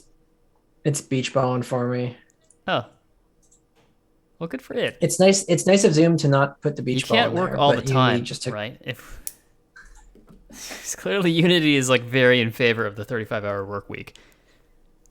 Yeah, Unity is no longer responding to my inquiries. All right, that's fine. It's a good thing I reflexively hit Command S after everything I do through years of mistrust. Yeah. I've been lied to too many times. Ah, come on. By the way, did I tell you about an Eero finally? Oh, nice. Do you like it? It Does works does like a it work charm. better? It works amazingly well. They're Isn't it the worst? They're really easy. So yeah, I mean it was that or It's the Google equivalent, and it was like which cruel monopolistic overlord did I want to yoke myself to? And I figured for privacy reasons, maybe Amazon was like a notch up from Google. I was gonna say like of the mesh routers, I do trust Amazon more than Google. Yeah. At least Amazon like I know. Oh, what the fuck? I think you're right. I think it's the bounds checking, and I was gonna say these are all capsule colliders, Uh, and everything else is like a box collider. So like these things have some weirdness. Um, I'll chalk it up to that. I absolutely do not trust Amazon with my euro information, but they can have it anyway. This thing, it's like it's supposed to be like it's safer than everything else, right? But it's not. what exactly are they It's beaming not. out? They lie. I wonder, like, are they Right. sniffing HTTP traffic and like basically detecting which domains I'm trying to hit and that sort of thing? Probably. I really like that. I guess whatever It's Wireshark can actually, see, it can see. yeah, it's HomeKit compatible too, and I like that it actually talks to my Apple TV, and apparently will like let me. It'll like report who it's phoning home to. So there is. Oh, It's at least the friendly one. okay, yeah, yeah. Yeah. Uh, it could be worse. Google would not tell me that shit. That much I know. Google probably signs you into Chrome with the router. At Oh any man, I rate, thought I I was was fixing it by astonished at how alignment. easy it was to set up. It was all in all like 10 out of 10 onboarding experience. It was really good. And I love my Euros. Yeah, it is faster than the thing that I bought a month ago. And it is way less weird. flaky, at least just in the last 24 hours that I've had it. And now You have just one, or did you get two? I just got the one for my little apartment. Oh, nice.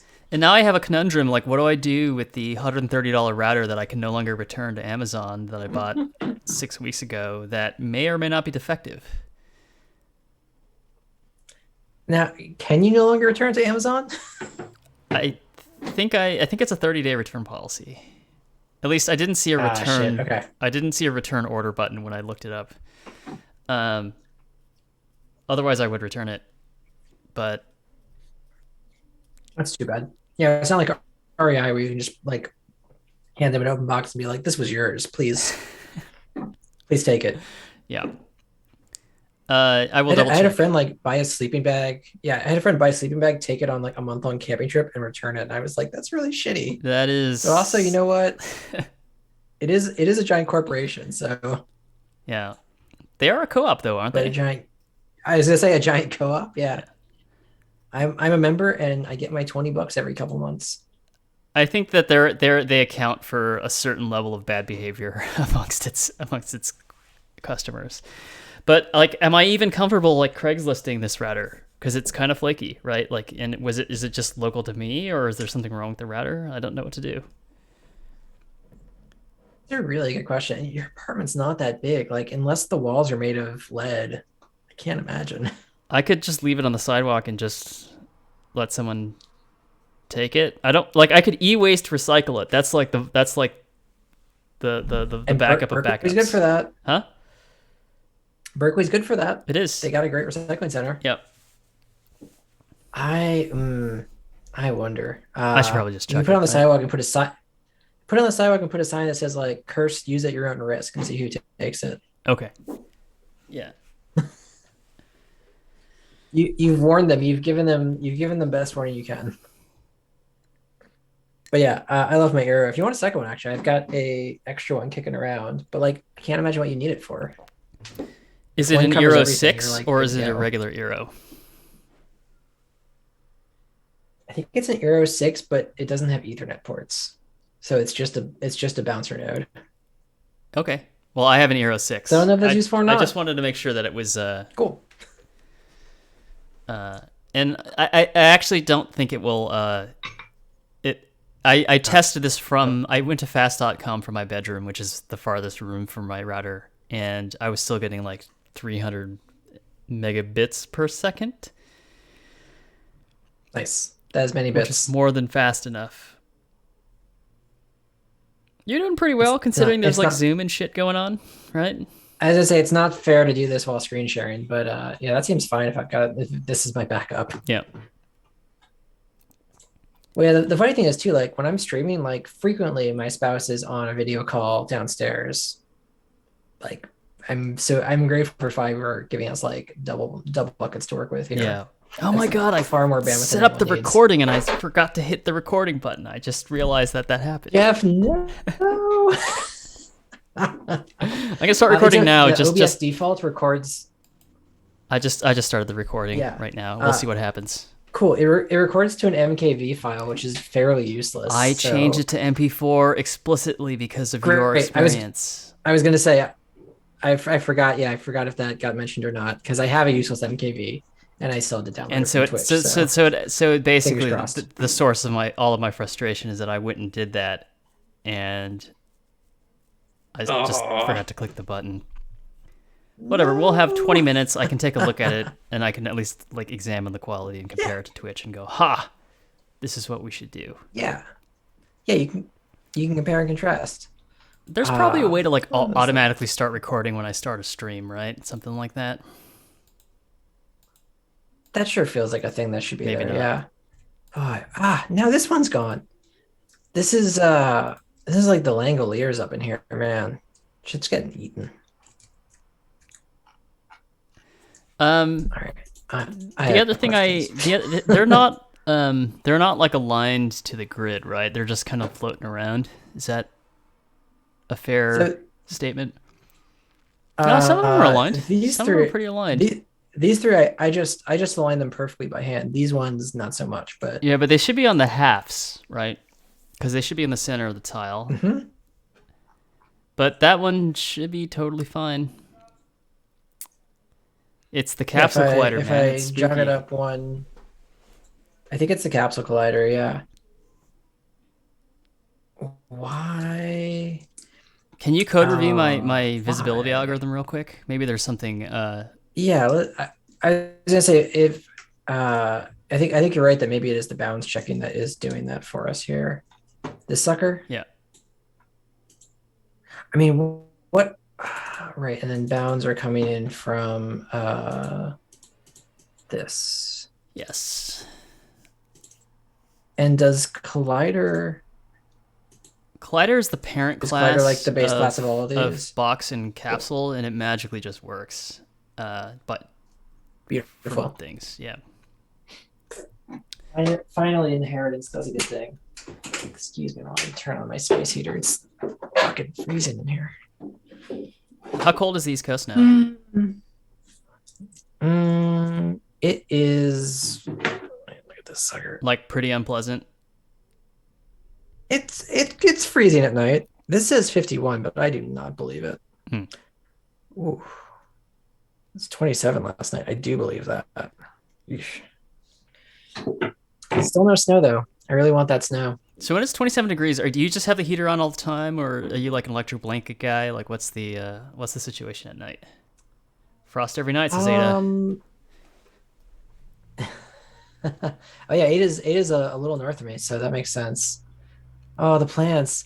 I'm so grateful. I have a garden full of plants that someone else left here after last winter, so I know I don't have to do anything to them. They're in the ground. They're prepared to freeze. They got all the leaves off of them. Yeah. I spent all weekend clearing leaves, and that was an experience. Shit, this looks right. It's on the XC plane. Yeah. So what we're doing here is we're basically the min and max is we're translating the bounds to essentially a square that is like parallel to the ground plane, and the origin offset that I'm adding there is basically to align it to the grid, because some of our objects have negative coordinates, but the grid essentially starts in the lower left corner, right? So like Right. the 0th element of the grid is the most southwest cell in the playfield. Does that make sense? And the very last element in the grid array is the most northeast cell, right? So all we're really doing is like translating the bounds into something that is relative to the lower left corner of the grid rather than 0, 0 in world space. Okay. Yeah. We're essentially just moving the makes origin sense. diagonally towards the southwest, right?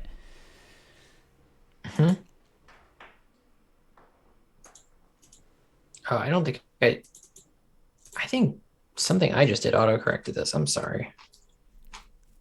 Huh. That explains all your typed variable names. You didn't write that. Yeah. Okay. That's cool. Is it's funny it? that it's just doing it now. Okay.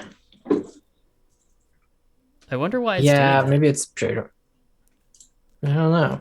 I think I might have run some. I might have like accidentally run a correction algorithm. It should be auto format. I mean, you want to be able to do like auto format on save, but I don't know what code style it's trying to enforce here. Yeah.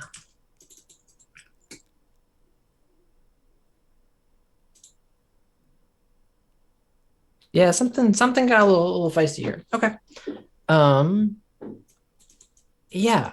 This all seems like it should be right though. And if it's on the half, it's doing the right floor here.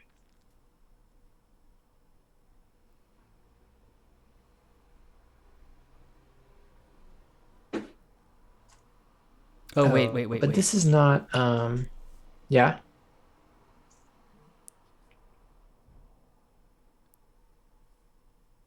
No, this is right. Oh, is it possible that if you go back, do I need to do less than or equal to in that for loop? Right here? Yeah.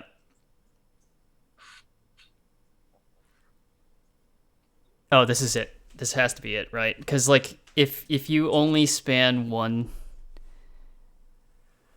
if your min and max are in the same tile, then they'll not. Then they'll. Oh, It won't get checked. but everything else spans exactly one tile.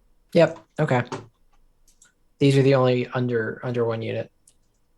I buy that. I did it again. I'm not doing this just to It's more my fault than yours, I think. Hey, you bug were right. So what happened is that some of these were on two tiles. Yep. Because they were so funky. Cool. That feels great, and that means that all of these should show up. Yeah. Cool. There we go. We've got Fog of War. Nice. That looks good. Yeah, it's really cool. I'm digging it. I'm glad I can pick my little things up again. Yeah. I think the ghosting system we just came up with is actually going to be pretty easy to put together. I'm glad it's not complicated. Yeah. It is a lot of extra game objects, but I think nobody cares.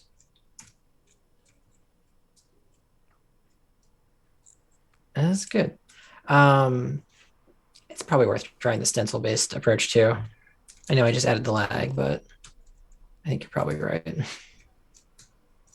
The stencil-based approach, I am only speaking hypothetically about. I don't actually have a super clear idea of how I would go about doing it, but we'll see. Oh, okay, great. Yeah. It's pretty sick. Well, I like want to hide. I want to hide in the stealth grass more. More stealth grass. You could just make more stealth grass. I can make more stealth grass. I want to be able to like paint the level. I'm not sure that tool exists for us. Maybe we have to make it ourselves.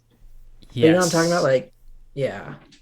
You want to turn on stealth grass brush and then paint and have the tiles automatically snap to their correct positions. We need like a tile paintbrush. Yep. Yeah, exactly. And to be fair, I guess I could do that with a pixel editor in Photoshop and then teach this to interpret that. But that kind of want to do it in Unity. I think we should just do it in Unity. Yeah. I mean, I can show you how I added that button. It was pretty cool. Oh yeah, that would be. Learning how to edit the editor is I think the next frontier. Go to editor tweaks. I actually already had this file for a little while, but it's significantly more complicated now. So the first thing it does is in that static function called editor tweaks. I believe it's scroll up.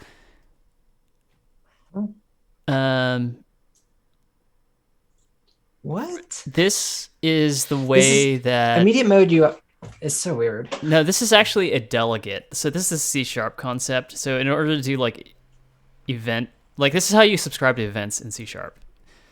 You can imagine that, like rather than like add callback function, they use the plus equals, which to me is not a good. I'd rather just call a function that says like subscribe, right? This means a lot of things, but like not this particular thing that you're telling me it's doing. Yeah. Yeah, I and the guess fact that it's like, it's adding me to a list of delegates, I and then also guess. I reassigning the guess. variable, because that's what plus equals does, right? Plus equals is a plus and then an assignment. Um, so I'm not a huge fan. Uh, yeah, I would almost rather it be the shovel operator, right? That would actually make a little bit more, like a tiny bit more sense, right? That would make a lot more sense to Yeah. me. Yeah. Hmm. Um, So would a function call, but that's not what we get. I just want to call functions, man. Just give me a function call. Uh-huh. So it has this cool little immediate mode UI thing. Basically, you have to call this handles.begin GUI for some reason. That was just what all the tutorials did. Mm-hmm. And then you basically like implement CSS but one level lower, right? Like you begin a vertical section and then you add flexible space, which is just like saying margin auto, right? And then you begin a horizontal space, and you notice that like in the horizontal section, I added flexible space on either side, so that centers it. And then the way that buttons work in this, I kind of hate it, but I kind of love it, where you just say if button, and it returns true or truthy if the button was clicked. Yep. I find it very strange, but it does work. It's Yeah. cool. And then it just says editor All scene right. manager open the scene, and I think that's the problem, is that by opening the scene, it changes the active scene. Or what I need to do is like remember the previously active scene, and then when they click I don't know how to intercept the stop button though. There's like the editor API is like surprisingly obtuse in that like I can't just hook up to anything. Hmm. Yeah. No, that makes sense. Like, what is when like There is an editor application dot on play mode change. I think that's the event. It's like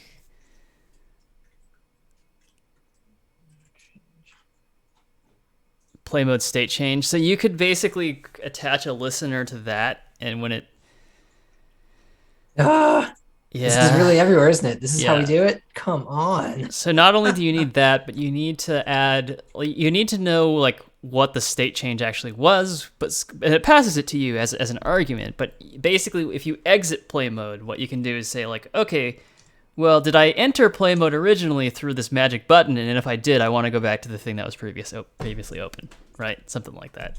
Mm-hmm. Plus equals. Oh my God. Handle exit play mode. Cool. Okay. Yeah, that seems. It kind of makes sense. I mean, basically, if we did it this way, you're going to have a private scene view. I think it might just be a string. Oh, that you just open. I Yeah, I would do guess like so, a string question mark, like because it might not be there. Hmm. Previous scene. Yep. Editor scene. Static void. Handle exit play mode, and I get the play mode state change state. I'm just doing this. I want this sucker. Okay, and then if the state is equal to what are your options? Equal to play mode state change dot. That's an enum, so you're gonna have to do a dot anyways. Exiting cool. or exiting play mode. Yes. Exiting play mode. Yeah. I can't just do that yet. And I actually think that we should check that secondarily because we want to clear editor scene no matter what. So editor scene equals null is going to be the is going to be like the final line of this. Yeah, exactly. Editor scene. If it's question mark dot has value. Has value. Yeah. Yep. Is this? Oh, strings, you know what? It's not. Yeah, so it's just let's just do null comparison. Yeah, equals null. Editor scene not equals null. Yeah. And then it is going to be editor scene, like where? Dot open scene previous or editor scene. Yeah, exactly. And then we just need to set that value. We need to set editor scene when we go into it. So wait, an object. Oh, I'm in static. Everything is static. Yeah. There we go. Cool. Editor scene equals editor scene manager dot current scene, current? Active scene. Get active scene. Yeah. Maybe. Dot name.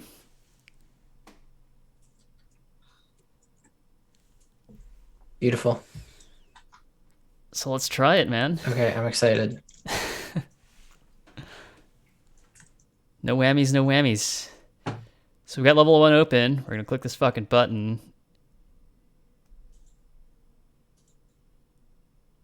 Whammies. Whammies. Did we get any console errors? Did it complain about us attempting to? Not a one. I should log this state. Yeah, I was gonna say put a breakpoint, but this is good too. Can I put breakpoints here? Yeah. Is this gonna work for me, or do I have to? Well, you have to attach first. So Command Shift D, and then hit the play button. Delightful. All right. And then this is gonna break like a bunch of times. So just fair warning. Sorry, because I have a lot of break. Oh, it's gonna hit a couple of these first. Yeah, but you're not attached. It doesn't look like. Nope, guess not. Hit the play button again. What happened? It's having problems. Are there any compile errors by chance?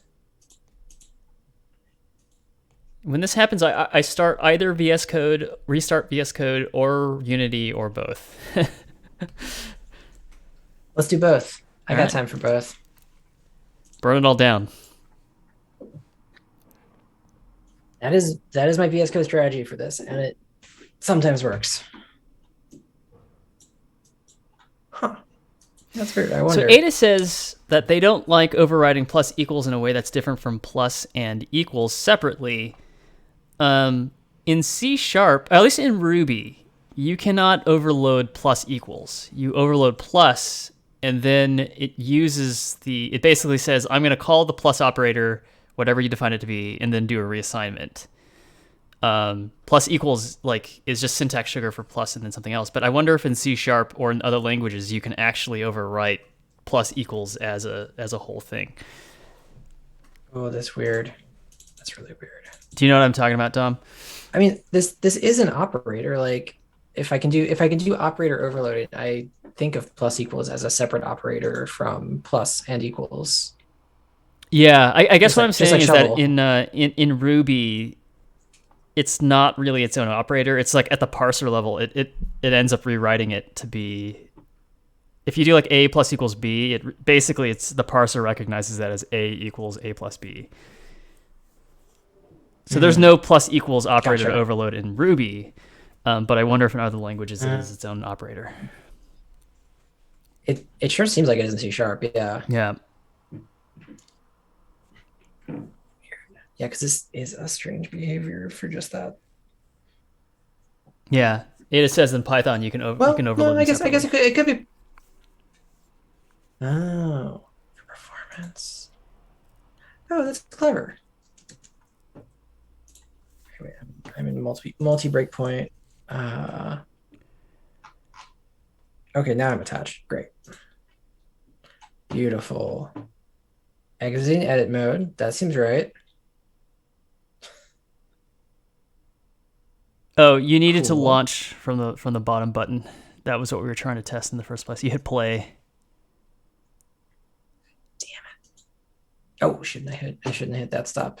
It's okay. You would not believe how much I jump back between these two programs and turn the thing on that I just turned off. It's like that Blender joke. Yeah. where everyone deletes the first cube and then And then it makes a new cube. Yeah. yeah. Okay. So you should be able to Huh. just stop. So it's Yeah. if I stop here. You should hit the callback. Yeah. Okay. And what is editor scene? I can't even see my statics. Oh, it's because they're That's static. Can you interesting. hover? Will it show you the value if you hover? It's Okay. null. Oh. Wait, did you figure it out? No, I Or didn't. oh, okay. That's right. Edit mode. Cool. Great. Well, let me hit this one more time and we'll see what's going on in here. We need to jump over this statement in order for it to actually execute. Well, Oh, Minute you need. is, Well, it's because you had it. I am in that scene. Yeah. I noticed that. Okay. Okay. Yeah, let's pick a scene that we actually want to be in. Goodness. What do you think is happening? Well, that's cool. You switch scenes and it triggers something there as well. Level 1. But this, I mean, I'm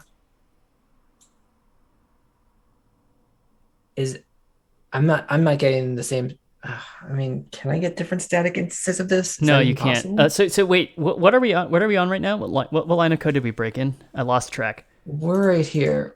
Sorry, this is that's okay. This is the first run from level 0, and editor scene is from level 1. Okay, Editor scene is so level 1. can we continue execution and then stop?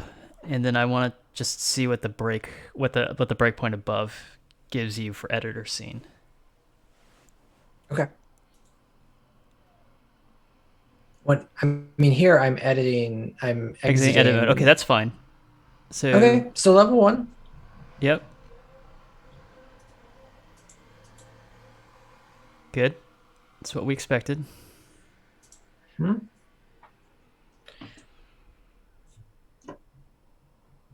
Okay. Entered play mode, and now it recompiled. Something recompiled. Okay. So it and is then a new instance editor. of the Oh, static. what the hell?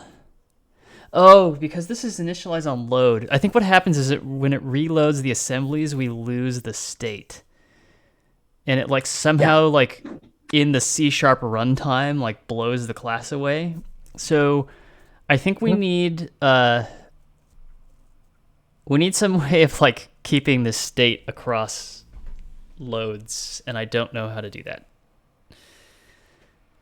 We could. Well, yeah. Wait, what is initialize on load doing anyway? Is this necessary?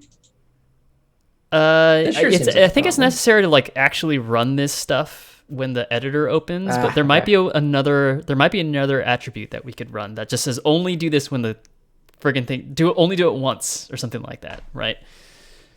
So if we look up initialize on load, maybe there's another document for something that's similar.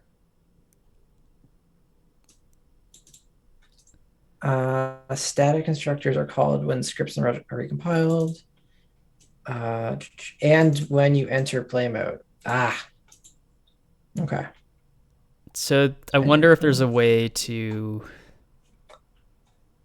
There's initialize on enter play. It's the opposite of what we want. We could write to a file and then delete it. Well, it's the same problem because we want to be able to clear that file when the editor starts up, right? And so we would need some trigger that's only when the editor starts, do this, right?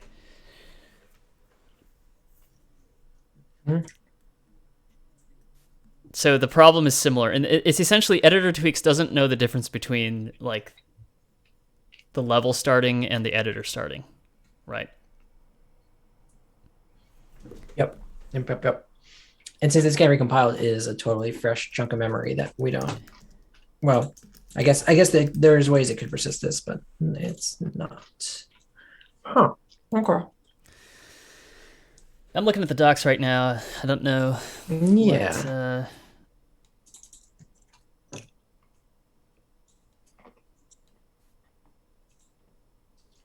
Running editor code on launch.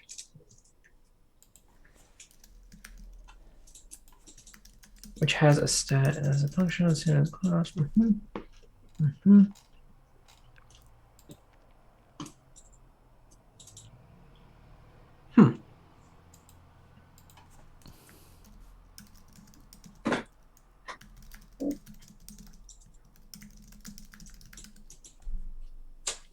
Fascinating. Okay. Well,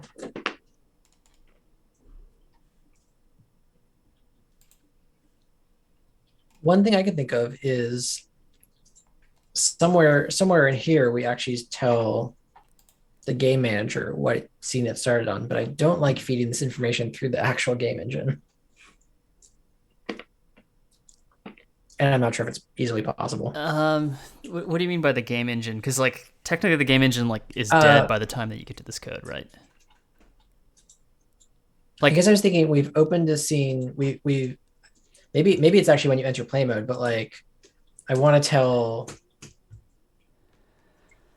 get access to the game manager to say like we started the game from this scene. Please return to it.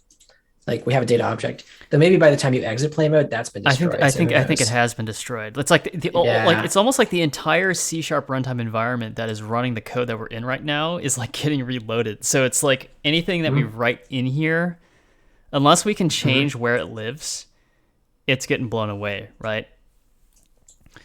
Yep.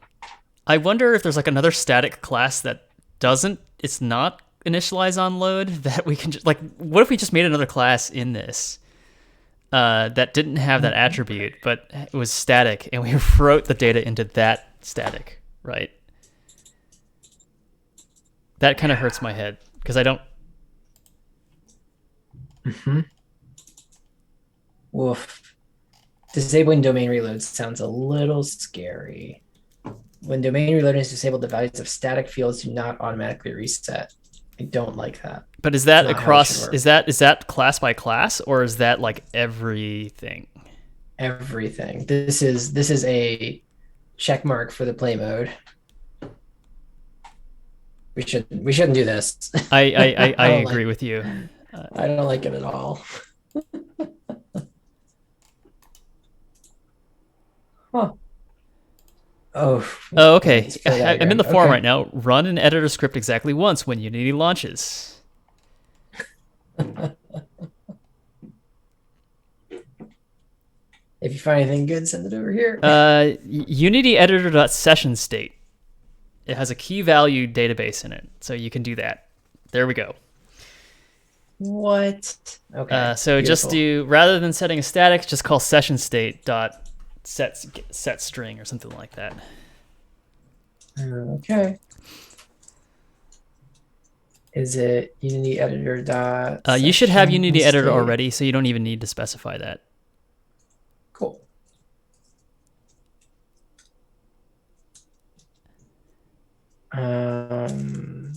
Starting scene. Double quotes. JavaScript. Always JavaScript. Cool. All right. This is gone. And then if that, then we're going to our editor scene. Session state dot get string. You know what I will do is that this key scene key. Private static read only string starting scene key is that. And then the default you can pass in like empty string or something like that. like line 19, you have to pass in two values, like the key you want and the default if it doesn't exist. Great. I guess startup scene. That's not what we want. No. Okay. Yeah, just pass in. That's fair. Just do nothing. Is null? Yeah, null is a valid string. Yeah. Okay. So that's I think that's what we want. Yeah. And then we'll clear it. Thanks. Starting scene key. All right. I'm gonna take this out. Let's undo all that. I don't need a debugger. I have a high level of confidence in this solution. It's different. Yeah, I think I have more confidence than I did in the previous one now that we sort of understand what was happening. All right, level 1. Play from game init. Okay. Kind of I want to see level 1. It's good. Damn it. But now we've got errors. What the hell? What is it saying that you can't use? Something cannot be used during play mode. Open scene? Huh. Okay, maybe we're just using the wrong function. Maybe open scene. Is there a way to just say like editor application dot open scene? Is there an alternative to that?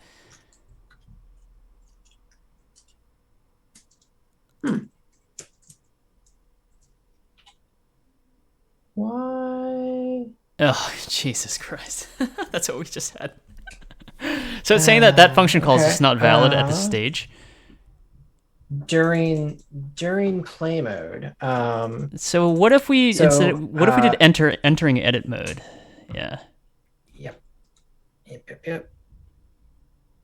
That does seem right. So picky, Unity. Gosh.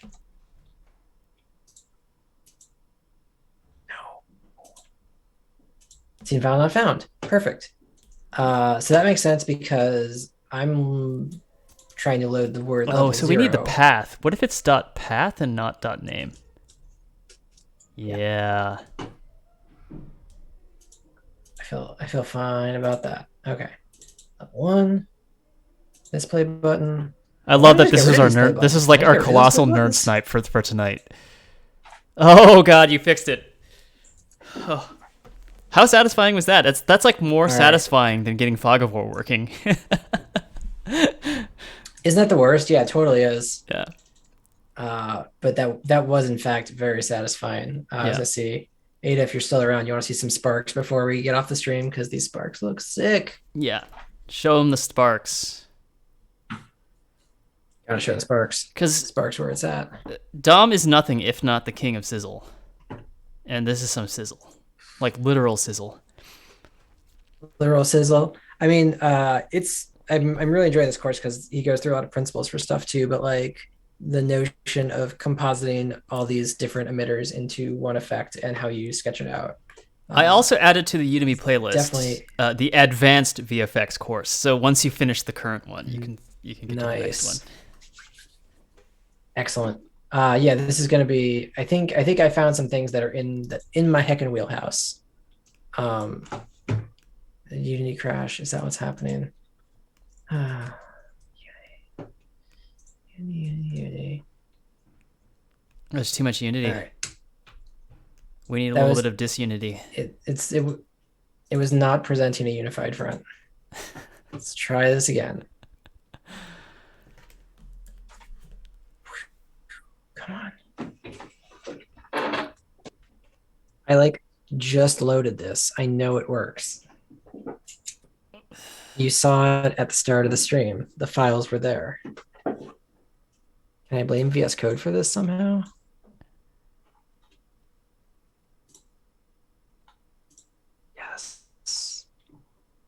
Yes. So did they not decide? I'm just making. I want to distract from the sizzle. I was about to ask a politics question, but Oh, give me some politics. The Kyle Rittenhouse trial was supposed to have been uh, decided today, right? And I'm not seeing anything on Twitter right now, so I guess maybe they didn't figure it out. I I cannot for the life of me understand what the fuck is happening there. Just I think the whole trial is a shit that's my show. political I take. think it's a whole shit show. Yeah, The it the sure judge is. is a complete eccentric. I think he must be at the end of his career. And apparently the prosecution's not very Well, good like either. And I was gonna say, the prosecution doesn't seem particularly confident, but also we've had the legality of pinch to zoom questioned, which I feel like is, I hope, gonna live on, like Bill Clinton trying to ask you to define the word is in pop culture. Like right. this one really shouldn't have been a question. Yeah, and then Yeah, the like you can't call the victims victims. The whole thing is so strange. like yeah, the cartoonish fake crying on the stand that I think is memed right now, right? I think it might have hurt them more than helped them to put him on the stand like that. But I don't know. That I hope so. yeah. Man, that kid is real fucked up, and he's gonna have a great talk show circuit when he gets off Yeah. on these two and a half murder charges. Because what a fucker. Yeah. I I wish him ill. And like, oh, it's the whole thing is like, I feel like the prosecution made like a couple of salient arguments where it's like, so the person that you shot who had a gun, you found them threatening. Should they also not have found you threatening you with the twice as large assault rifle? Like Yeah. the whole notion that like carrying a gun makes you a good person, and then the other people with guns are bad is like, it's a fucking tautology. You can't do that. Yeah. Well, I don't know. I mean, I think I don't think like anybody who's like into gun arguments, they're not really that interested in a consistent argument, right? It's just like uh people who are against gun control laws will be very like are heavily in favor of gun control if it's a black person holding a gun, right? Like I don't think there's any kind of logical Yep, consistency to it exactly. whatsoever. Um, these I sparks mean, are awesome, and or they also there is remind logical me. consistency. These sparks are awesome, and they Yeah, also remind me of orzo, and so now I want to eat orzo pasta. they do look like little Orzos, little Orzo sparks. And orzo is Wait, let consistently me delicious every time I eat it. There you go, Dom. Not only have you impressed us with your yeah, sparks, you've also Orzo made us is hungry. consistent. Yeah. I was gonna say, let me Yeah. turn them up to Ada knows the ridiculous score. levels. They could go for some pasta salad right now, as could I. Pasta salad sounds Yeah. Olive great. oil, some pine nuts, if that's your thing. Oof. Oh, the bounce, yeah, I can make them bouncier too. These sparks are super fun. This particle emitter is tons of fun. Let's see. I'm gonna give them a much longer lifetime, and a little less dampening. Jeff, you know I'm gonna just like do this for days. I think if you become just like the particle guy and do nothing but that, We're probably still the game fine. would be amazing. Like what like you saw the I sent you that video of Lost Judgment's like little like weird twin stick shooter mini game, right? And like Oh my god, that was so the rad. Yeah. cubes Is exploding, that in like vibes? the cubes kind of like tumble into the cubes tumble into the ground when they disappear. It's a really cool. This is the very Oh, best mini Ada says I game. had the right bounds. I think I did have the Yes. right bounds. I won't save this. uh yeah, I haven't gotten into mesh particles yet, but I assume it's gonna look exactly like this. Yeah. I love it. I am so confused that this is Lost Judgment, by the way. This makes no sense to me. Well, there's a subplot where you have to help a guy you have to help a video game studio Of and course. because their producer is like ex Yakuza, and you have to beat some sense to the producer. And then Does they're like, Yagami buy "Hey, any can you play NFTs in test the this game game? for us?"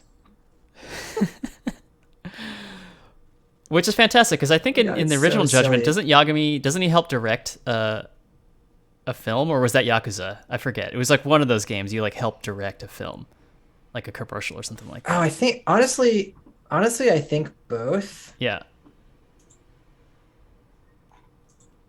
Yeah, it's really something. Oh no, there we go. I don't know. These sparks feel pretty real to me too. I like the way they sizzle on the ground for a minute. They sizzle a little too long. They look fantastic though. I mean, everything about the spark emitter is fantastic. I love it to death. Let me turn this the there we go, the bloom back down to a reasonable level. Well, I'm gonna fun with this. I'm gonna make our game pretty particle full. Is the vibe I'm getting, Yeah. Cyber and that's particles gonna be though. great. Cyber particles. Oh yeah. I haven't gotten the mesh particles yet, but I have a pretty good idea of how that'll work. Cool. Yeah, everything that our game is has to have the prefix cyber hyphen in front of it, right?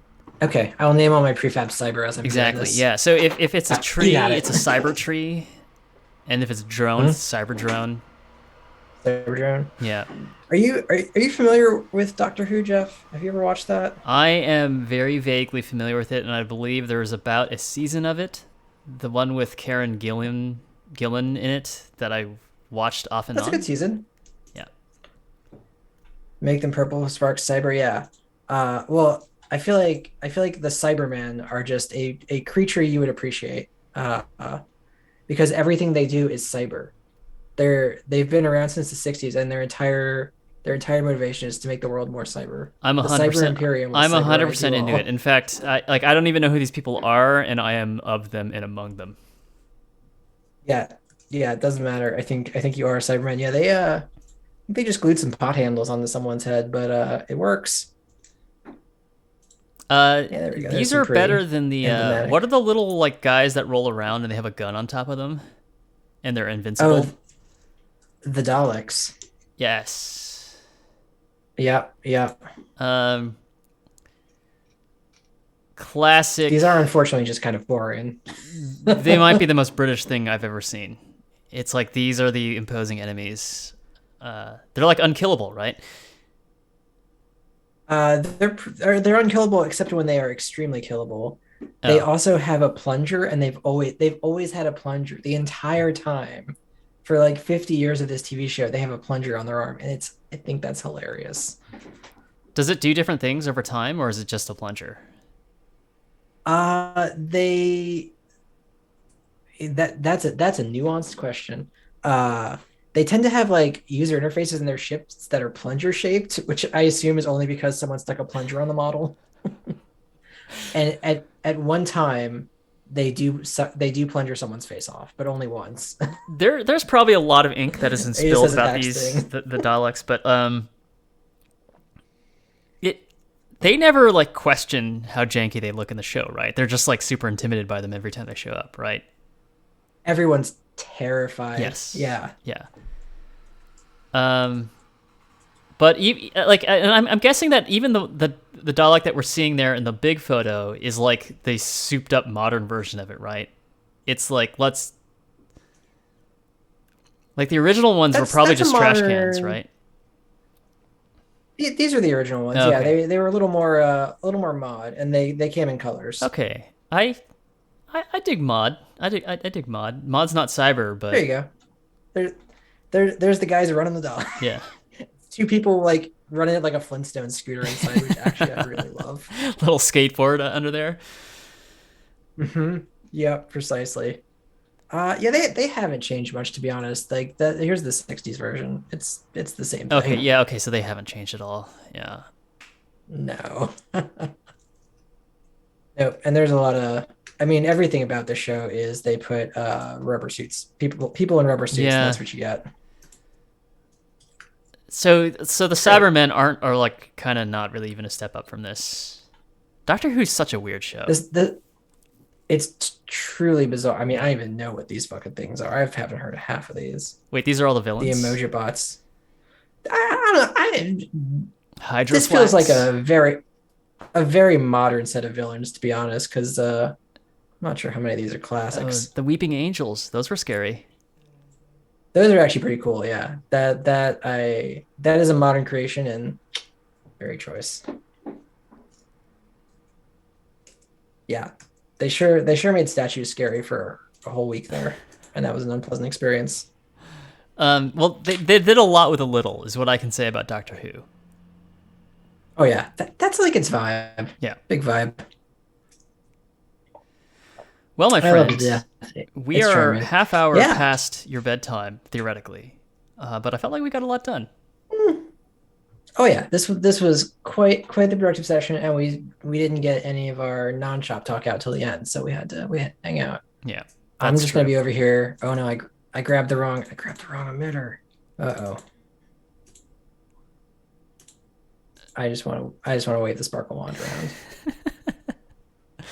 We start with sparks and we end with sparks. Very fitting. I mean, it's very fun. Cool. Ada, thank you for hanging out. See you later. All right, take care, everybody. We'll see you around.